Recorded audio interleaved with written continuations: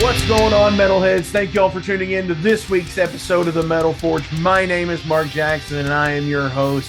With me this week, as if the Bloodhound Gang ever fucking said anything, it is fire, it is water, it is Mr. Goddamn Bob Byrne from the Legions of Metal Festival in Chi-Town, Rumble, Chicago, Illinois, at the Reggie's Music Joint.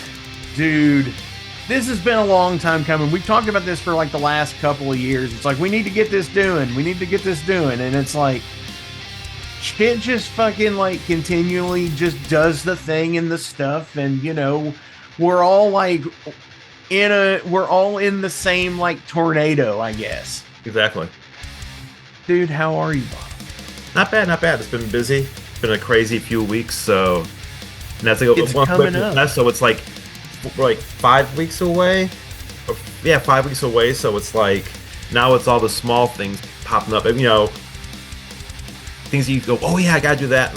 My list, you know, is huge of things I gotta do. This plus it's all the email stuff, get a hold of everybody, and making sure we're on the same page. And I'm working on making sure people are in town that you know that are the ones you're making sure that have to get to town. Yeah, there's all those little small things that you don't even forget about it.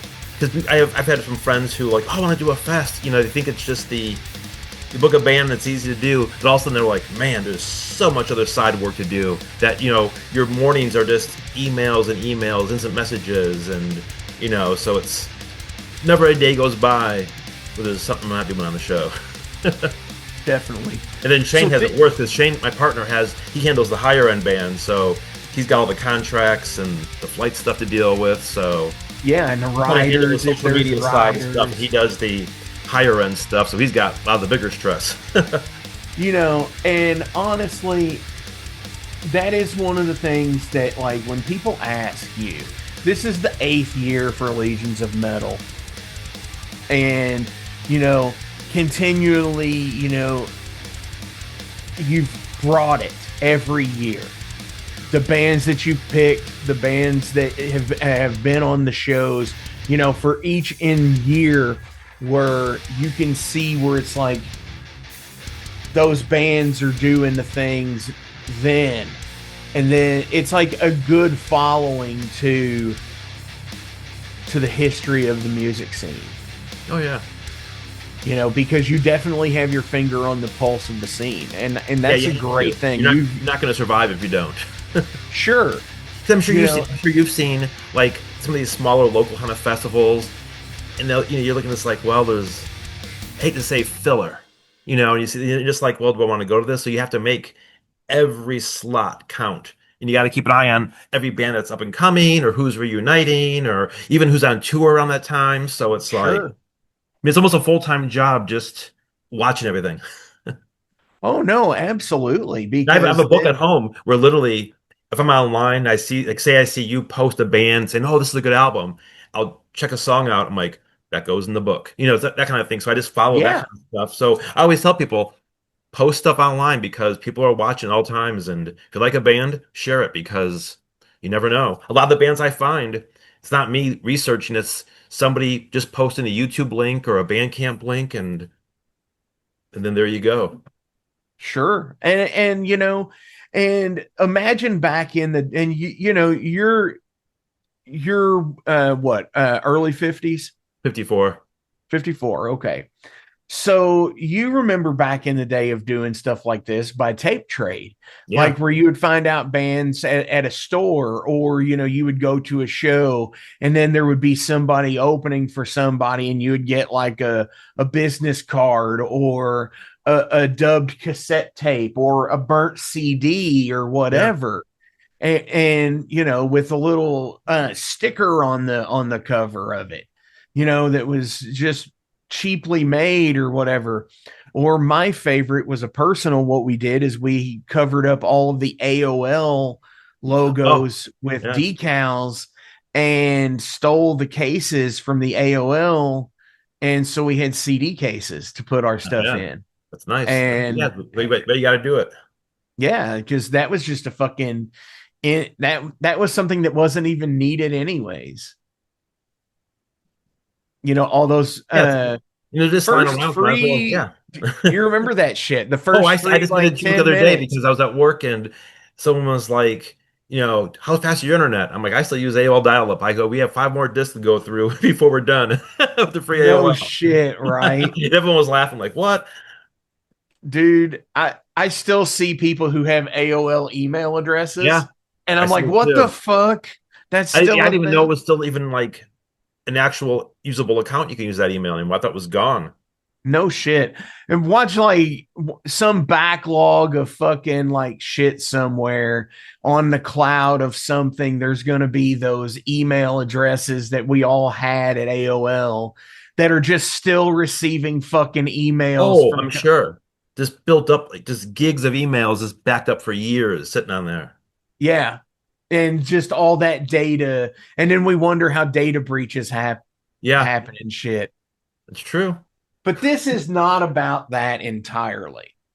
This is about fucking metal podcasts, metal festivals, uh, promoting, having fun, doing the fun stuff, bringing cool bands into towns and, tell everybody in Metal Forge land about Bob Byrne, the promoter. How did you get started in promoting and like just give us the By rundown. accident.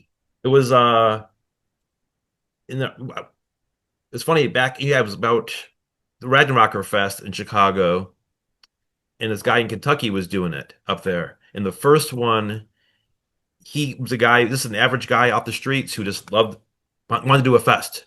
And Sure. he did it in Joliet out in this little small club. And he put his first flyer up, but he left off like the venue and the time. So we all started just cracking on him. And then I would just give him shit all the time online. I was fucking things up. And we started talking and stuff online. And I was kind of helping him, like, oh, you got to get this band then.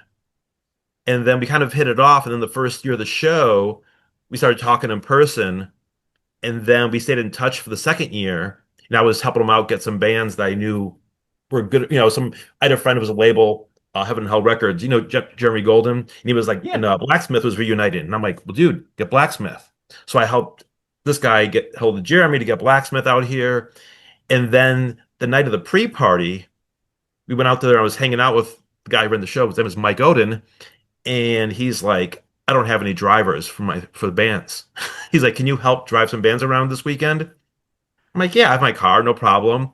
And Yeah. then that night was over. He's like, you know what? He's like, want to just help us out now on with the fest and help us do things? I'm like, all right. And I just started. Then the third year, we moved to Reggie's, and they had the 2 stages. And he was like, listen, you take care of the small stage, and I'll do the big stage. And then we just started doing that, and then we just started merging it more and more. And by the end of the whole fest in 2016, we were both doing a lot of the booking and figuring out, who to get. And he was his show, but I was just more like behind the scenes helping him out and getting things going and stuff. And he stressed out a lot. So when he would stress out, I would kind of step in and help out there. But then when he put the show, he had like, because he lost like over $30,000, $40,000 in the fest over Oh the my years. God. And he just one day was like, I can't do this. And he had some other side issues, and was just like, and one day my buddy we're on a chat, the three of us, and he goes, you know what? I'm tired of you complaining. Just cancel it. And he goes, you know what? I'm gonna. And he deleted the Facebook page and the event page. He goes, it's canceled. We were like, oh. And then he never told Reggie's. Oh And shit. they were selling tickets for like 4 months. And then 2 days later, I get an email. It was one of the Reggie's staff are like, hey, what's going on with Ragnarokkr? And I'm like, it's gone. The guy quit it. And he's like, well, he never told us. And they were like, can you come up here? We want to talk to you. So I went up there and talked to Robbie, who owns Reggie's. And he's Sure. like, I love the fest. I don't want to go away. How about you and Shane Merrill? And I've known who Shane was through years. Shane is like the main guy of Legions, pretty much. And he been booking metal shows and punk shows and hardcore shows in Chicago for like 20 years. For And he's like, sure. you guys should team up and do a new fest.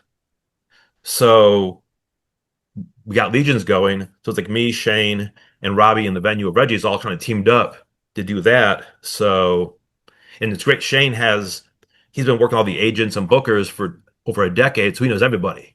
Sure. So I'll be like, that's how we got Armored Saint, because when we first started doing it that first year, we had to go through and figure out who could we keep, who's not going to come over. Basically we start and try and keep as much as we can.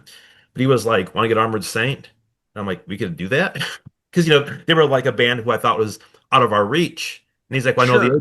agent." And a week later, he's like, "We got Armored Saint." Then he was like, Dude, "Oh, Diamond Head's on tour. I'll just have it reroute to Chicago that day."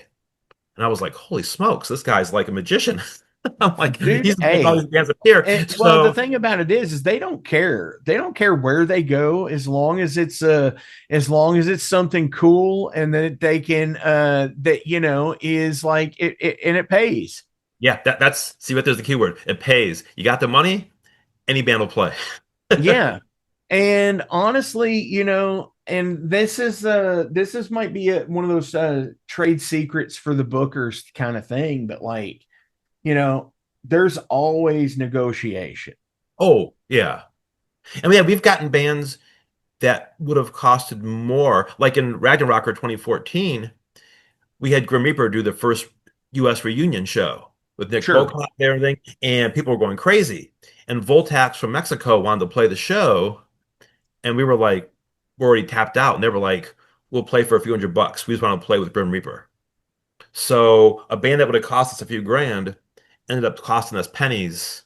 And then even too, that's when I forget who was co-headlining that year, and they dropped off. And we were like, well, shit.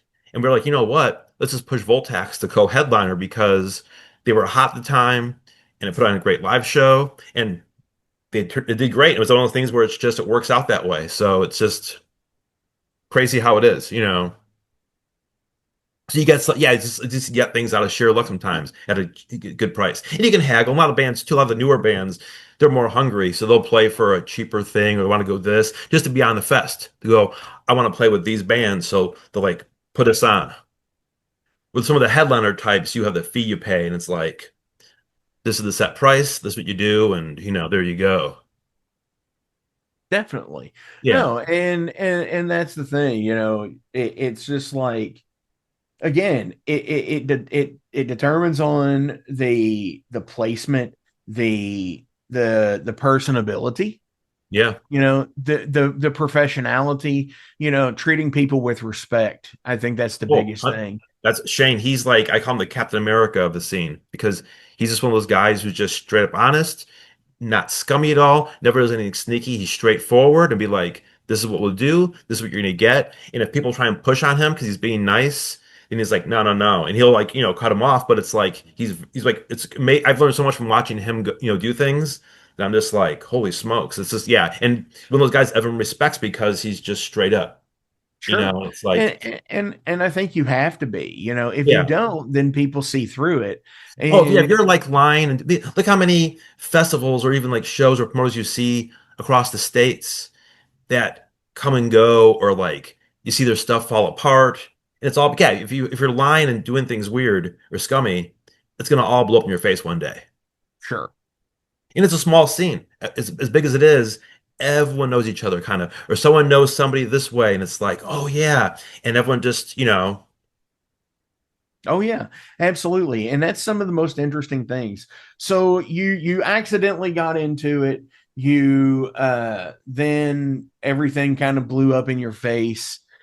And then the saving grace was, hey, let's do this. Let's do Yeah, something different. And here we are, a pandemic, uh uh now 8 years later, 3.5, whatever, however we did that one year. yeah. um the crazy shit that happened in all of that. Now we're 8 years in. What are we looking forward to? What's still to prove? What's still the message today? For future shows, I still have, well, there's a few things I would like to still do. But the hardest part is though, prices are getting so high where the headliners we had in the first couple of years, what we would pay them now covers co-headliners. Sure. So, and then we're a capacity, Inflation's a bitch. yeah, and we're a capacity of 400, so we can only spend X amount of dollars. Because I have guys who, the year we did Lynch the Archers, that year you guys played, we sold out that year, and everyone's like, "Whoa, you guys sold out! Now you can get these like overkills and testaments." We're like, "Well, no, we're still a 400 capacity venue. We still have this budget. We can't. Yeah. And it's not like we have nobody understands that when they're on a tour, that they're commanding like and this is like 25 years ago pricing, yeah." or at least 15 years ago, that they were getting like 40 grand for a Yeah, tour so it's like, package. and then that's like almost more than it's way more than our budget for the show. So it's like Sure. you can't, and Because people don't realize that where you would have to sell packages at $250 a piece. yeah, and we try to keep it, and every year we try and keep it low, and it's just it's that thing where you go if you go too low, then you can't do some cool stuff, and then because every year I always go to Shane, oh, let's go lower and let's just not go crazy this year, too much stress. And every year it's like, no, no, we'll be fine. And then like, this year I remember we're like when we This had year we're adding an acoustic deck on the deck up top. yeah. No, Well, it was funny because I was like, let's not go crazy on headliners. Let's just do something smaller where it's, and he's like, no, we're good. And now we're, big again. I'm like, yep. Because every year it's always funny because we always like, after the first day it's over of that fest, where it was like, okay, let's take a few months off. And then this year, the next day, we were already like getting stuff going. So it was like, so it's kind of funny. Yeah. We intended to go not smaller, but like less stress. We were like, nope, let's go back to what it was. sure. Now, some of the bands on this year's fest, you've got Rapsting of Fire, Trouble, Omen, Heathen, Owlbear, Night, Lords of the Trident, Void, to name a few, that are the The bigger, the bigger names on the flyer. Let's say the bigger, I yeah. say bigger names in jest because let's face it, everybody's pretty well equal on your bills. I Oh yeah, mean, yeah, and that's why I was and talking. I never, everybody's an equal billing, and it's yeah, like and I give every band everybody's equal cool time with where they online. get. Yeah, I make sure every band's treated equal. I never like go, oh, well, you're a smaller band on that stage. I'm not going to mention you. I have a notebook and I wrote down every band name and I mark Yeah, down how many because that's times I just post. I want to make sure every band gets the equal amount of postings. I don't yeah, want to favor anybody. So it's like, because even too, some of the smaller bands are what people like the most. sure. I have a guy No, that comes I every and year and honestly, he's from the joint list. hey, I can say something of it to attest to that because, dude, like that was such a crazy weekend for me playing Legions that year, and just seeing some of these awesome bands, like Perennial Quest. Stay tuned for that, Ice Howl fans. um some other stuff going on, but like, and then Owlbear that year. Dude, like I walked into the fest, and I started watching Tower Hill, and dude, I had a moment, like a legit moment. Like, here I am in Chicago. I'm at this awesome fucking festival. I'm playing tomorrow, and I'm here tonight just enjoying seeing everybody, seeing these people that we've talked online for fucking years. And it's like, holy shit, I should have done this a few years ago, kind of shit, right? But in the same regard, it's like I had a moment where I texted my mom, and I was just like, thank you for, getting me into music and letting, and like spending money on harebrained schemes, I guess. Oh yeah, It's yeah. like, hey, a new guitar. Look, even to this day, it's a new guitar, and just doing all the things and all the shit. And just, you know, I had that moment at your fest, and that's great. Good to hear. And No, it is. No, even too, one of the things I like most about doing the fest is giving the newer small bands a shot on a fest because sure, that's the people get mad with the two stages, but I love the two stages because we're able to get nine bands that would never get a chance to play a fest anywhere else a Oh shot. yeah. And it's And a nice little extra thing to have, and people, discover new bands, and it's great. was the other cool part of that weekend was Phil Demmel was on the Metal Forge Oh, nice. that day. And I woke up Saturday morning to like 2,500 messages of like, what the fuck? Is this you? Is this you? It's like, what the fuck is going on? And fucking it got picked up by like Metal Injection. And it's like, holy shit. That's And then great. people are talking to me. It's like, hey, I saw this about you. And I was like, really? It's like, And it's always a cool thing that Rolling Stone kind of thing that just builds up and builds up, and yeah. you know, And so yeah, and then being in a band that played that fest that day as well was just like the icing on the cake. oh And yeah, getting to play with Dwayne Eldridge on stage, that was just like we didn't even get a chance to rehearse that together. It that's was like a cool. roll and go. The band knew it, but like he consummate professional, definitely, he's the East Coast Bob Byrne, I think. Yeah. He's got his ear to the ground just like you do. And hell yeah. That's great to hear, though. No, that's actually, yeah, that's why I love doing the kind of thing, is to see, those kind of moments. It's always cool to see. So when you get into booking for the next year, obviously this is a ongoing thing. There's the lists and then there's the lists. There's the hopefuls, there's the ones that, you get the returns, the crowd pleasers, the Yeah. fan favorites. It's like curating a set list as a band. Really, oh, totally. It's almost like building a car. You have to have each thing. I never ever want to just go like, oh, this slot, let's just grab somebody, anybody, and put it on there, because I book it like I'm going to the show as a fan and what I want to see. I don't want to go to a show and see like three bands in a row that aren't good. But Sure. booking just yeah, like I said, I mean, all year long the book, but like second me and Shane start, I'll email him saying, okay, here's what my ideas are, and I'll list out like 20 bands, and I'll give him like links, and he'll like, I go, give me your list, and he'll give me his list, and we look at both of them, going, okay, I like your headliner, I like my co-head, and start just merging, and then we go to, okay, realistically, what's going to happen?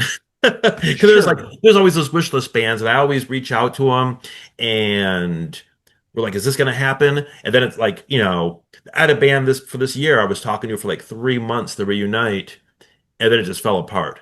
I'm like, all right, maybe next year. And I always say, if you're going to reunite, hit me up first, and we'll do something, and that kind of thing. So yeah, there was always things that you have a plan, and just you know, Okay, so I've got to ask, who is a wish list band for Bob Byrne? a wish list band, Elvin King. They're my Okay. favorites, and they're one of my bucket list bands I would love to have. I mean, it's But not aren't they on tour around that time here too?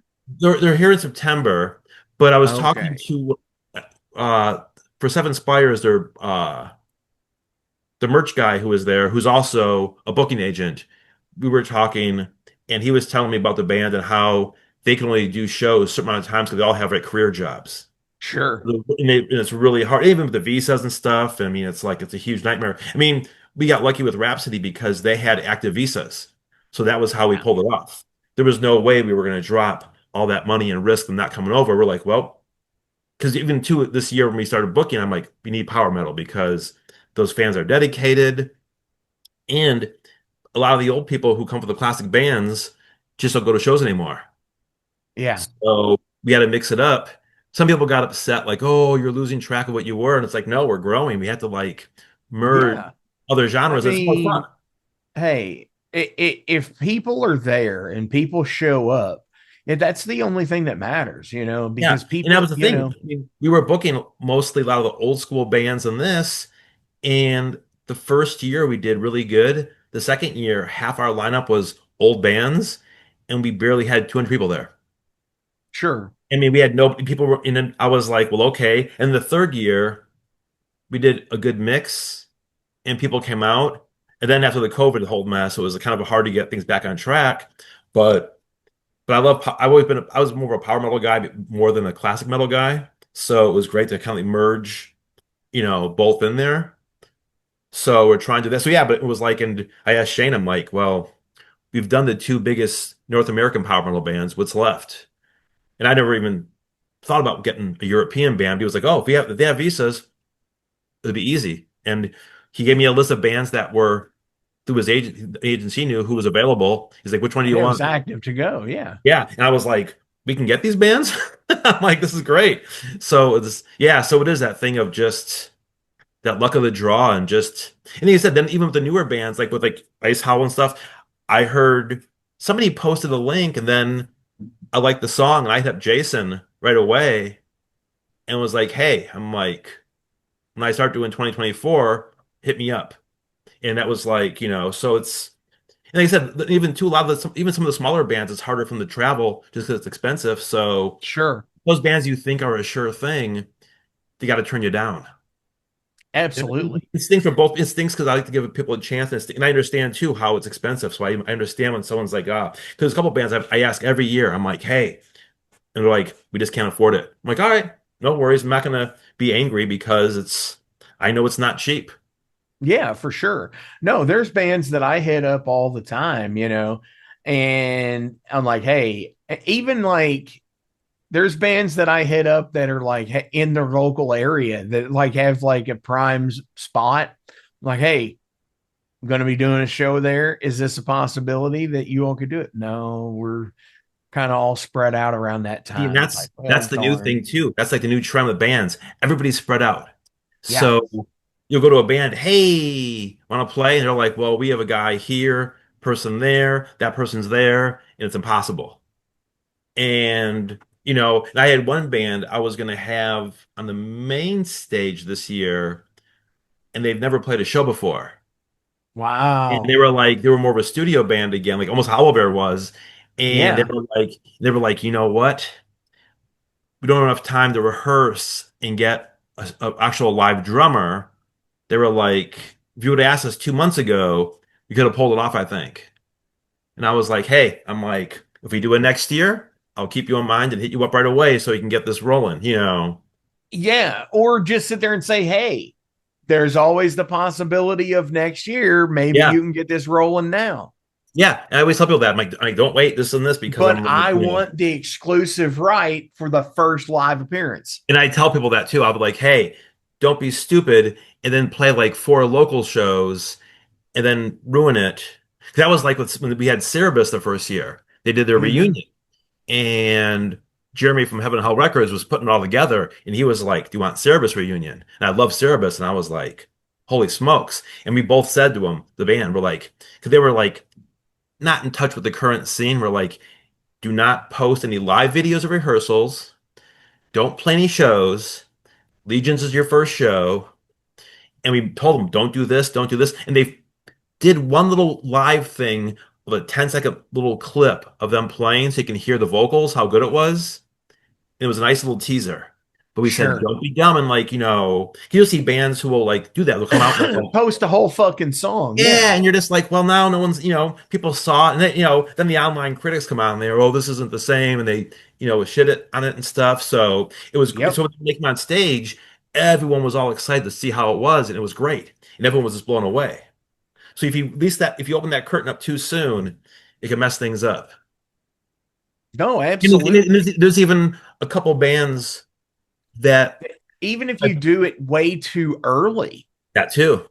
like building the hype is one thing and making like videos, you know, a band making that kind of content today, that's for an online world, through the Facebooks and the Instagrams and TikToks bullshits that like, and even on like shows like this, even, Yeah. promoting albums and stuff, that it's like they have to sit there and they almost it's like we've all turned into some kind of monster, or Anvil, the story of Anvil, or, like we're all just talking to the camera now. Yeah. Isn't it Because weird? we all have access to a fucking 1, 2, 3, 4, in this room alone. Yeah. So like 1984 is upon us, as it Funny you were. mentioned that too, because I saw make a post a few weeks ago. Someone said, how come there's no more like metal icons or like the Ronnie James Dios, the Halfords, like the characters of metal? And one guy made a comment and he said, well, everybody before in the 80s, you had to buy magazines. And that was Yeah. your window to these people. So they were larger than life. But now everybody has, like you said, the Cat phones. pictures Everybody has and access to everybody. So you're always online. And I was telling my buddy who's a big TV guy, we're talking about like talk shows, the nighttime, late night talk shows, how they're dying. And I said, well, why do you want to watch a phony interview when you can just watch their Instagram or TikTok of them being, so there's no need to tune in to watch a 10-minute interview when you can see that person all day long posting and commenting or tweeting. yeah, when it's going to be posted the next day anyway. So Yeah. you might as well just go ahead and get, which is interesting because, the predictions of things like Star Trek. Yeah. I'm a huge like Star Wars, Star Trek nerd. I'm a huge nerd in general, as everybody knows, and as you can see in this room. Shout out I'm not a Hordak, nerd. I beat up Hordak, nerds, so I'd Hordak. beat you up. I'm just joking. What's that? I said I hate nerds. I beat them up. No, Good deal. Good no, I'm deal. not. But I was a no, huge. I was a huge Star Wars guy in the '80s and stuff, and I still like Star yeah, Wars, but when it it's gotten when destroyed Grand lately. Admiral But Thrawn was a real threat. yeah, but yeah, it's that thing. But no, that's exactly it. But now things have changed so much now, so it is hard to. I mean, even too, we don't really have celebrities anymore. Now we have YouTube celebrities. I was at a Yeah. convention last year, a horror con, and they had YouTube people there who have like those review shows. They had longer lines to meet and greet and photo ops than like Joe Dante and other big name people. Oh, And I'm like, sure. wait, I'm No. like, these guys over here made these movies and no one's there. But And it's you're fucking tripping out over the reviewer yeah. of that movie. And that just blew me away. I couldn't, if someone told me, I wouldn't have believed them until I saw it. Oh But yeah, that absolutely. shows you where that's Where at the now. needle is, yeah. Yeah. It's And it's honestly, insane.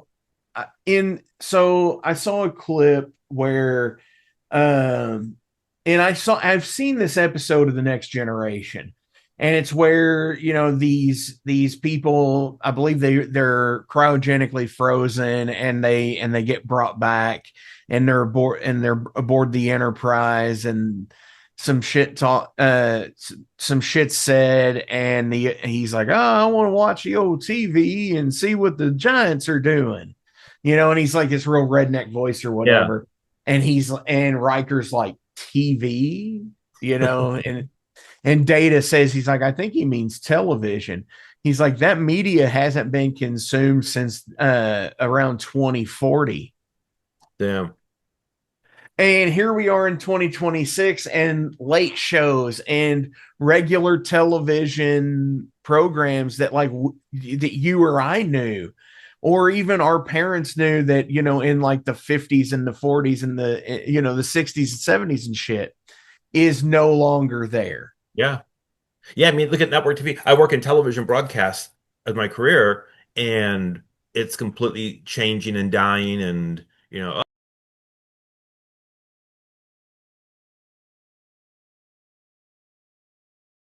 How is everybody? Yeah! I play guitar in More Than Light, but a long time ago I used to do some singing. And Jason and I did a little thing. This song is called War Is Here.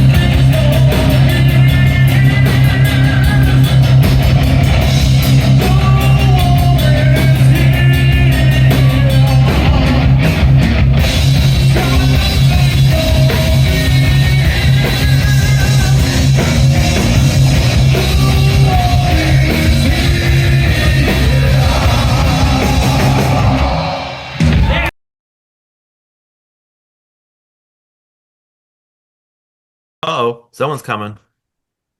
Dun, dun, dun, dun. I think that's Jason Gardner. Oh, hopefully it is. Let's see. But yeah, but exactly everything. I mean, it's neat to be in that crest of the change. Because I was just telling my buddies the other day, I'm like, it's cool we saw like the birth of metal and punk, and then now we're kind of in that era is kind of dying. So it is kind of weird to see Yeah. like that, we saw it kind of come and go and then changing to more of the younger bands and this and this. So it is kind of a interesting thing. For sure. Bob, this is Jason Gardner. Jason, Hey, Bob Byrne. We started a little bit early, Mr. Gardner. Well, it's like the instruction said, so I did my No, best. I know. Well, you said you were going to try, and I just left it at how it was. Right. So Jason Roach canceled on me, and shout out to Jason. We actually have band practice tomorrow as the crow flies. And what I mean by that is by the time this airs, which this air date will actually be April 24th. oh, perfect. Shout out. Today is Ice Owl album release day. So we're gonna play something from that, I think, on our way out today. Oh, amazing. But we're not done. We're not done, Jason. We're just still. We've only been on about 30 minutes. I was gonna say, amazing enough, Spotify didn't tell me about an awesome release today. Shocking. No, it hasn't yet because it will proactively Right. because it's actually that I don't think we're going to put it out on Spotify all just yet.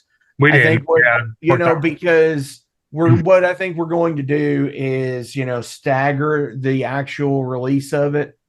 But I don't know because some things and stuff and things. But hey, if you're out there in Metal Forge land this weekend and you're listening to the show, April 26th, which is this coming Sunday, come to see Ice Owl, Heavy Temple, and Waxed at the 808. Shameless self fucking plug while Jason is here getting himself situated and meeting Bob. And Harper is in the Metal Forge today, the new co-host of the Metal Forge. Hello, Harper. Metal Harper. She's gonna be a pro by the time she's 2. Harper Valley PTA. Harper Valley Temptations Wings. All right, so for everybody listening, let's start over. No, just kidding. Right. No, so Bob is the promoter for co-promoter for the Legions of Metal Festival. We were just talking about some of the cool stuff that we've done in shows and like some of the things that we've looking forward to. A bucket list band, which he was saying was Elven King. Mhm. Jason is the promoter of Steel and Stone Fest in Asheville when it does happen. Yeah, He took a hiatus last year, but who knows? We never know what's going to happen. But he also has his ear to the ground with Grasping Air booking and kind of helps out Josh down there a little bit with Asheville Doomed and Stoned.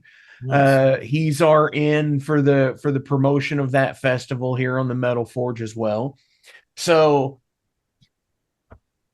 welcome each other. Thank you for coming. Harper, she's 6 months old. She has promoted no shows currently, but is well on her way to promoting the next Danny Wimmer festival. Yeah, we're right on that. And it's called the Rockabye Baby Fest. And it's going to be all of those fucking bands that came out with the fucking nursery versions of their albums. Like U2 and Metallica and Pearl Jam and Ted Nugent. And I'm going Iron Man as a headliner over Metallica. The lullabies are way better. Right. Yeah. I don't even say that facetiously. Like, they are really better. Like, do you all like like bands like Hayseed Dixie and stuff like that? Where it's like the bluegrass versions of like bands. Yeah. Not Steven really. Seagulls. Yeah. Not really. No. It's okay, but it's not that I listen to on my own. But hey, that's enough about me. Let's get back to the guest here because it's way more interesting than what I gotta say. No, that's why you're here. You're a promoter too. So get to know Bob here. What would you like to ask Bob? What Ask some questions, Jason. You're here on the Metal Forge, and you don't get to show up that often anymore. That's true. When you do the fest, do you do like invite only, or do you kind of like put like a semi-open call for bands? It's funny because I have people will email us nonstop. We Mm-hmm. get fans who don't even fit email, but we pretty much no. And the thing, we get like black metal bands, punk bands, and for a while I'm always like, no. And I've been kind of a jerk lately. I'm like, look at the flyer. I'm like, do you Right. fit on this? I have bands ask me for like Iron Brigade. Lauren asked me, hey, can I get some ideas off you of how to get on shows and festivals. And I told them, here's what you do. This is the way. I'm like, because most festivals have an idea of what they're going to do. And I'm sure when you book yours, the Doom one, you have your bands you really want. And then there's bands you along the way go, oh, this is neat, this and that. But most of the time I have a skeleton list of things I want to do with like 8 slots empty for just bands who pop up that are like, oh, this will work cool or this and that. But, you know, through all year long I'm getting hit up by bands, and I have people already saying, hey, for next year this, can you do this? And if it sounds good, I'll write it down. If not, I'm like, I'll wait and see, because sometimes someone cancels and you go, you know what, this band's available, they weren't bad, and it works out. Right. Or what I do too is also when they're really bad, I go, you know who would really like this? Randy Kastner. Here's his email. And Randy always calls me, will you quit sending bands my way? Because I just nonstop give his email out to everybody. Here, he'll book you. Dude, that is so funny. Like, so the beef, you know. Yeah, it's funny because I met Randy in 2013, I think it was, or 2014. And he said, And get lost, kid. well, You'll it's never funny fucking because make it. he had a fight with the guy who used to the Mike Odin guy from Ragnarokkr. Those two just hated each other. And Odin hated the NYDM, and I despise that whole. I don't like any kind of organization or fake gangs and like metal. To me, it's just silly because it's like just go to the shows and enjoy it. You don't need to be in a gang to make friends and do this and pay dues and all that stuff. So we used to Sure. always harass him. So Mike Odin started the OYDN, Odin, and the NYDM got really mad at him for making the OYDN. So Randy used to get mad. So we used to mess with Randy nonstop. And Mike would get drunk and start posting horrible things about Randy online. And then so his feud started. And then me and Randy became better friends just through the years. And the funny part is, a side note, is we talk on the phone an hour every day.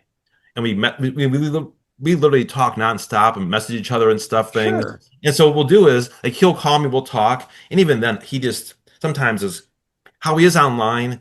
Sometimes that way on the phone, and I'm just like, ah. So I'll hang up and I'll go online and start making fun of him. And he'll message me going, "We just talked like friends for an hour on the phone, and now you make fun of me."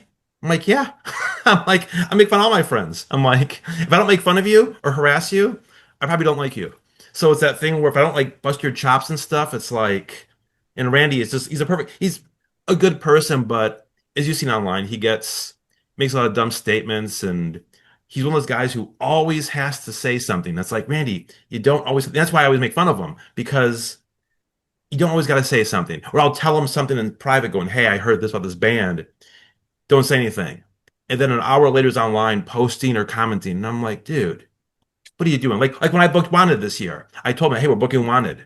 I said, and we have a rule. Like me and him, we book bands. We don't tell anybody because it's like private. Sure. Well, he went And you don't online. cross pollinate because your Yeah. markets are so close. Yeah. And then he started posting Wanted videos that day going, oh, I'll be seeing this band this year. And I'm like, what are you doing? I'm like, you know the rule. Don't be spoiling people's announcements and stuff. And so yeah, and then even too, we're doing the Bob vs. Randy thing at the fest this year because for years I've been photoshopping him and funny things and harassing him, and I've kind of made him popular within the metal scene by clowning on him. And every year we joke about like we got to do something with this at the show, and Shane's like, dude, this year it has to happen. We have to have local guys on stage and have a debate. So we're gonna, see how it goes and see what happens. It could end in tears, could end in a fist fight. I got a feeling he's gonna throw a drink in my face, but who knows? Dude, you have to dress for the occasion. Well, the guy who's hosting it, Jovan Anthony online, he's coming in a full suit with like the cards, like Jerry Springer cards and stuff. And Dude, that's great. You need to wear your we're gonna stream battle it live. vest. What? You need to wear your battle vest. I hate battle vests. I don't wear them. Oh my gosh, you need a battle vest and a tuxedo shirt. I'm gonna come to underwear probably. Nothing else. Tidy whities. Oh, dude, that's even better. And it would even be funnier because you'd probably still you're probably stealing Randy's idea already. So yeah, we're gonna stream it live too, so people who can't be there can watch the bloodbath online. So it'll be The good. bloodbath in paradise. Yeah, it's gonna be funny. I don't have a battle vest either, just so you know. You're not the only one out there. Yeah, I just never. I'm not a fashion guy. Even back in my punk or hardcore days, I wore the same T-shirt, jeans, shorts, or a tennis shirt, tennis shoes. I never cared about dressing a certain way, or I'm always the kind of. And I was at a death metal show years ago, and this one guy I know in the scene looked over at me and he felt my jacket and goes, "I see you dress for comfort." And I said, "Yeah." He goes, "I got to commend you. Not many do." And I said, "I'd rather be comfortable. I don't want to be at a show in like leather pants and boots and chains and stuff. It's not me. I go in like my loose fitting jeans and t-shirt and a cozy jacket." Dude, and you know, that's the thing that, you know, for me, it's like, you know, I'm just I'm being me, you know. It's like, hey, some days I feel like the battle vest, some days I don't, you know. And yeah, that motherfucker gets heavy because well, when I get drafted, we're in a battle vest. What's that? I don't want to get drafted if you see me in a battle vest. Think I'm a soldier or something. No shit. How old are you now? Are you 42 yet? Me? Yeah. I'm 54. Okay, you're safe. I just read 42. I was like, holy shit, man. Yeah. I'm a month away, baby. You got a month left, Mark. All right. I got a month left. I can be drafted now, apparently. Yeah, dude, it's fucking wild, man. I can't even believe that shit, dude. I'm like, this is insane, man. 42? It's like most people I am 42 right now. Dude, so get this. By the day this airs, by the day this airs, I will be 43 on Sunday. Okay, well, good for you. You made it. Why don't you get drafted last minute now? No shit. This is gonna be posted. I'm gonna be in fucking boot camp and fucking on 5-1. God damn it, it was 2 days away. No shit. And they're gonna call my number on today, you know? Yeah.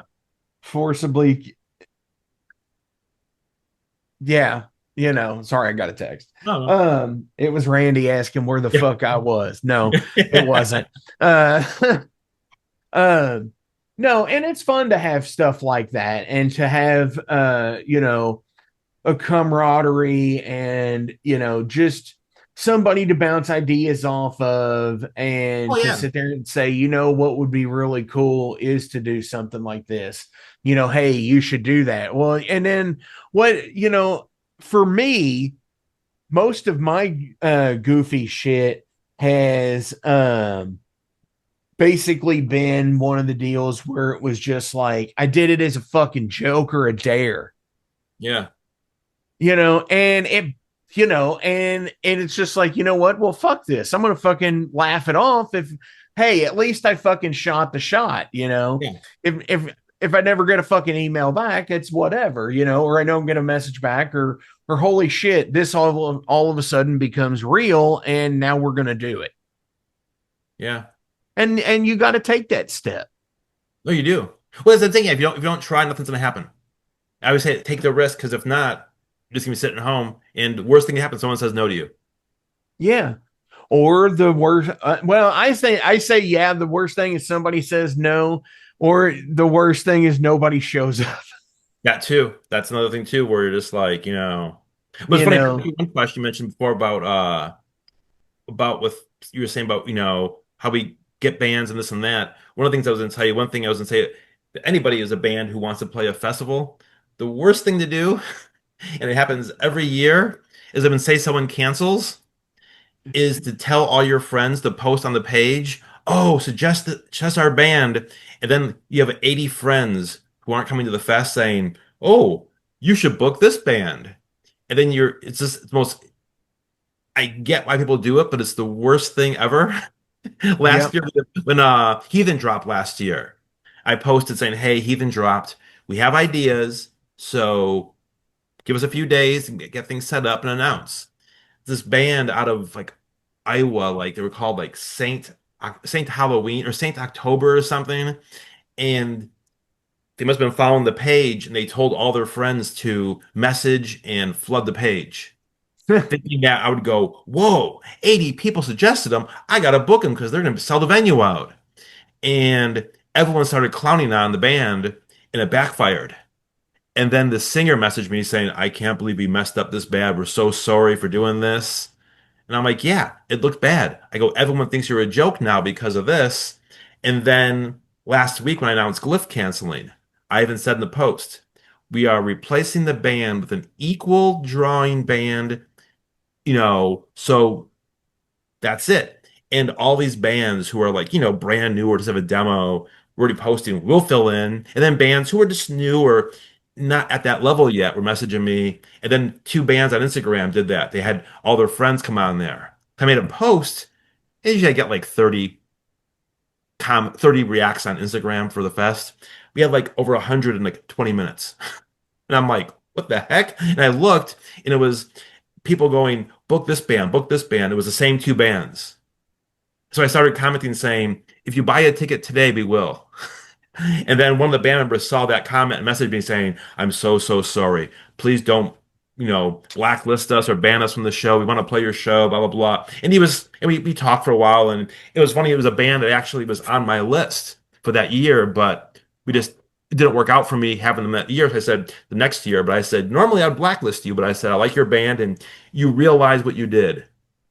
So I'm like, so Right. that thing of like, be smart and don't piss off the people who are booking the show or putting it together. And being in a band that happens to sometimes, it is kind of weird.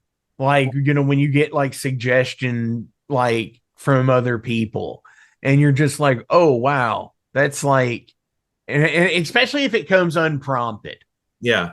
Because in today's world, and Jason, you know this too, you've seen this where bands do that, and it is like a phishing scheme, where they actually do put the feelers out there to their fan bases that they're online, your 30 react extra fucking shit that pops up, because they just showed up. Yeah, yeah. Yeah, I think a lot of fans don't realize that like Facebook, Instagram, social media likes don't equal ticket sales. That's exactly that's Because like we opened for Ravenhoof like years ago, and like according to their social media, that show should have been sold out. There was like 6 people that paid. there was a promoter in Chicago years ago who booked the Mentors on a weekday, and after the show, he posted "F you" to all those people in Chicago. My event page had 300 people on it. Only 20 people came or 30 people came, and he's like, "Fuck all of you." And That's pretty good. yeah, you believe Facebook. You can't do that. It's like No, and that's the fucking garbage of fucking Facebook. It is like, nobody understands how volatile the Facebook market is in the promotion scheme of everything. Not just, in a metal culture, but even on like, the country music and the pop music and all of that stuff. well, not even the music, everything. I collect Blu-rays, and the Blu-ray everything. Blu-ray pages are the most volatile things in the world. There's like I was talking to a guy who runs one of the labels, and he had death threats against his employees because a movie got delayed a few months, and these fans were so upset. They had death threats. They were like not like joking around, like legitimate like death threats Dude, that's insane, man. over a Like, movie, a Blu-ray. So it's like you get these. So I mean, I guess any fandom has that, you know, level of craziness, I guess. You have those passionate people who just that's their whole life, and if it messes up any way, they're just unhinged. okay, so let me ask you this about the fest. obviously in Reggie's, there is the capability of video Yeah. recording and everything. So is that something that you as a promoter, you and Shane take advantage of no matter what, even if the band does or does not take their recording? Yeah, they actually the past couple of years, because Reggie's has a Twitch site, and Sure. they actually stream Voivod on Tuesday.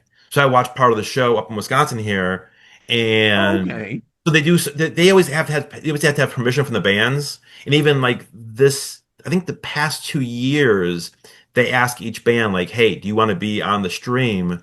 And some bands say no, don't want to be a part of it, so we just don't film those bands. But they also have the digital recording, and bands can actually pay for the live recording.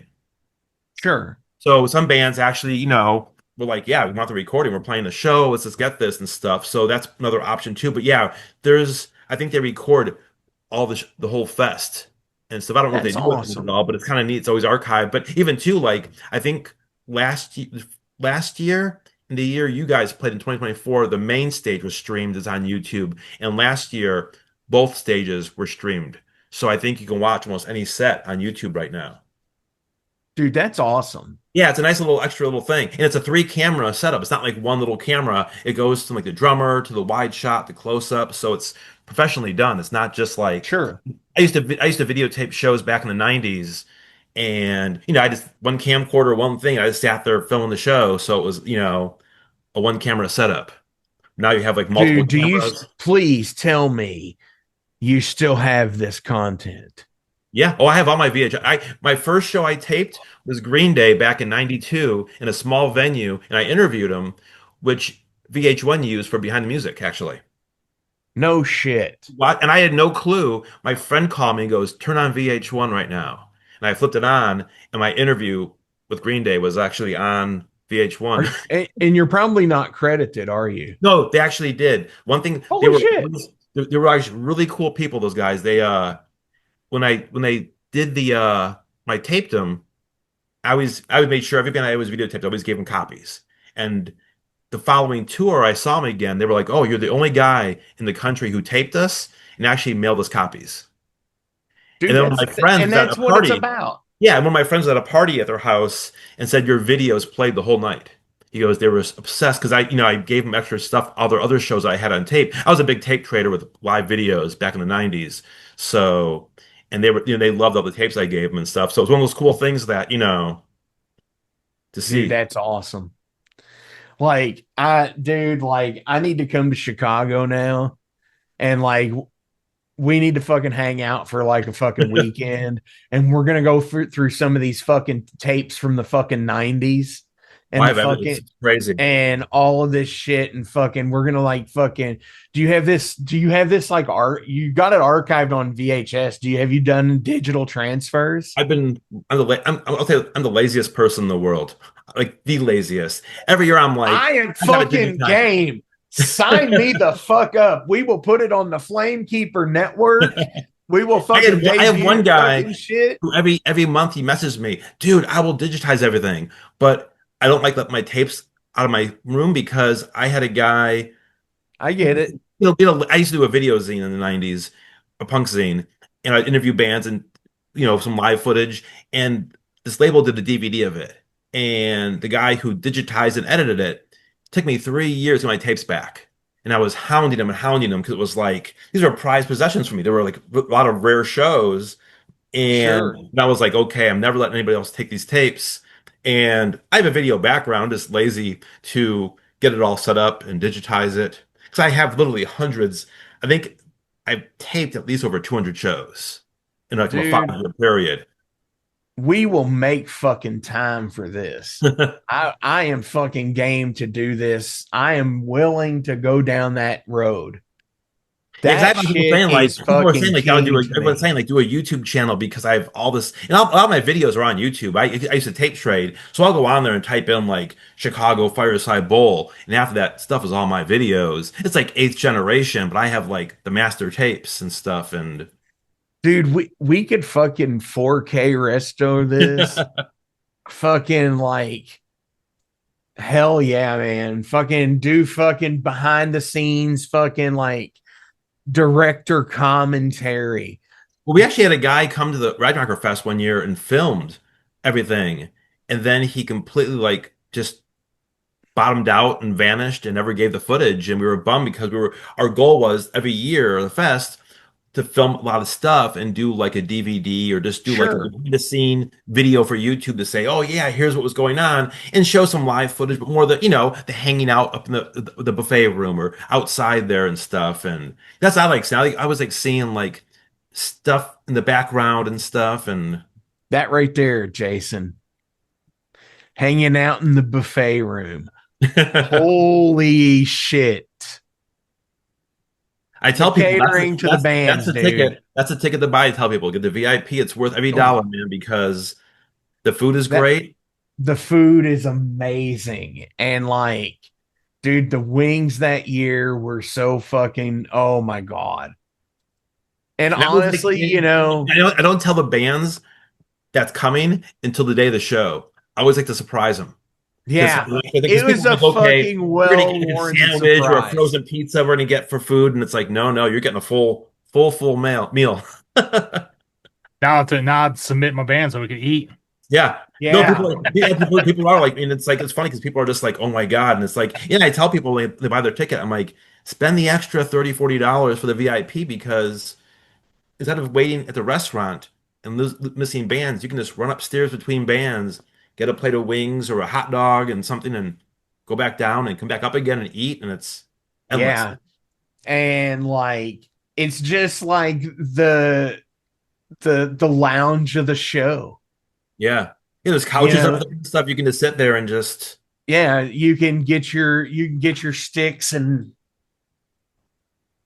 warm up like Doc Holliday up there, Jason. Oh, you can play the fucking scales. Fucking also, you can see the apartment upstairs. Above that room, there's an apartment. And the owner used to live there. And it's gorgeous thing. It's insane. And usually like the headliner band will stay there for the weekend and stuff. And I'll never forget when Nasty Savage came and we were telling them, they're like, we want to stay at the venue. We're like, no, believe me, stay there. And they were like, I don't know. That's kind of gross to sleep at the venue. And then I got a phone call at 2:30 in the morning and it was the guitarist and he's like, we're not leaving. He's like, this is unbelievable. He's like, we have like cots out there in the summer heat on the porch. We have TVs, huge showers and bathtubs, huge couches. And they were like, and White Castle across the street. And they were like, this is amazing. Dude, fucking, we had such an experience at the fucking White Castle. It was so great. Because, we're trashed leaving the show. Jason's a designated driver, band dad. Jason Roach, of course. And we stopped by the White Castle there, right by the venue. And none of the crew that I'm with know what a 10 sack is. Oh. And I sit there and I order a 10 sack, and like they're all like, what? And fucking they're like, what the fuck is a 10 sack, And I'm just like, I'm getting this for fucking like, everybody, there's like four of us in the car or whatever. It's like, just get a fucking 10 sack and fucking get your fucking chicken rings and we all fucking share. And fucking like, and then I asked if they have like Diet Big Red and the lady was just so fed up with the shit. She goes, you're getting the Diet Coke.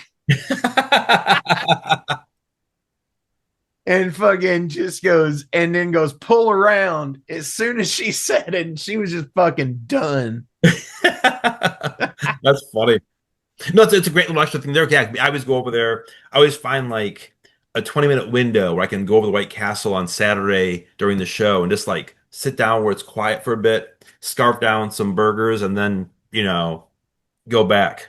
Which is funny that he says that it's like, that it's quiet for a bit. Mind you, that is White Castle in Chicago, which is like, that's king in Chicago. Yeah. Oh, exactly.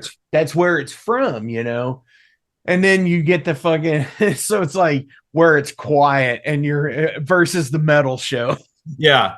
Well, usually my friends will go over real fast and we'll sit People down. doing crack in the bathroom. No, Exactly. Yeah, in the alley right there too. Someone's hanging out there. So exactly, it's that thing. It's a kind of little like fucking 15-minute little break to get away, get a breath of fresh air and stuff. And people, fucking homeless people banging hookers in the fucking alley, fucking behind a fucking dumpster, fucking rats, fucking. No, I'm kidding. No, that doesn't happen anywhere. That's all in the movies. eh. I don't know, man. I've been some pretty. I have seen it. I've seen some pretty shitty parts of the NYC. That's probably happening. Hookers Yeah. are probably banging rats. I've seen parts of Chicago that are that way, especially up by especially up by O'Hare. Where did you stay in Chicago? Where did you guys stay? So we actually stayed at an Airbnb about 15 blocks from the venue. Oh, okay. That's not Yeah, bad. we were like, so like where Reggie's is here, we were like down and like a few streets over. Okay, that's not bad then. And no, it wasn't that bad at all. We went up and had lunch at Rico Bene's the next day. Nice. And just like it was such an easy drive. The parking is so great. Because you get so many people who come in, but you get so many people who come in through like public transportation. That's true. Yeah, the train's right there. So like we parked like right next to the venue the entire time. That's nice. And it was like we did not have a walk at all. Like either night we came, and it was like great. And it was like and it was super cool that weekend. Like that's the best part of having a fest. Like during here in Kentucky, that's the Derby. Oh, okay. So we have the Kentucky Derby, which is the first Saturday in May. So we had that 2023. We got hit hard. Taylor Swift was in town that weekend. Yeah, and I'm sure many of the metalheads went to that. No, we had every hotel and parking lot was filled. So we had like hotels for one night was like $700. So a lot of our out of town people were like, I can't come this year because it's too expensive, and they didn't want to stay in the burbs because the city there's nowhere to park. Like by around Reggie's, they were charging $60 to park for the day. Because the stadium was like only not that far and traffic was crazy. So a lot of people who live in the burbs wouldn't come to the show that day because they said it wasn't worth the 2-hour, 3-hour drive of sitting in traffic because of her fans. So it's funny because we moved the date for Metal Church and then like we announced it. And then a week later, my friend goes, "Hey man, why are hotels so expensive?" And I'm like, "What do you mean? I mean, Chicago's expensive." But he goes, No. I looked online, what's happening in Chicago that weekend? And then that popped up. And I was like, oh, we're fucked. I'm like, jeez. So yeah, it's that thing where you just, that's how we're sticking where we are because it's still too cold for the outdoor shows to start. So it kind of is a little bumper. Sure.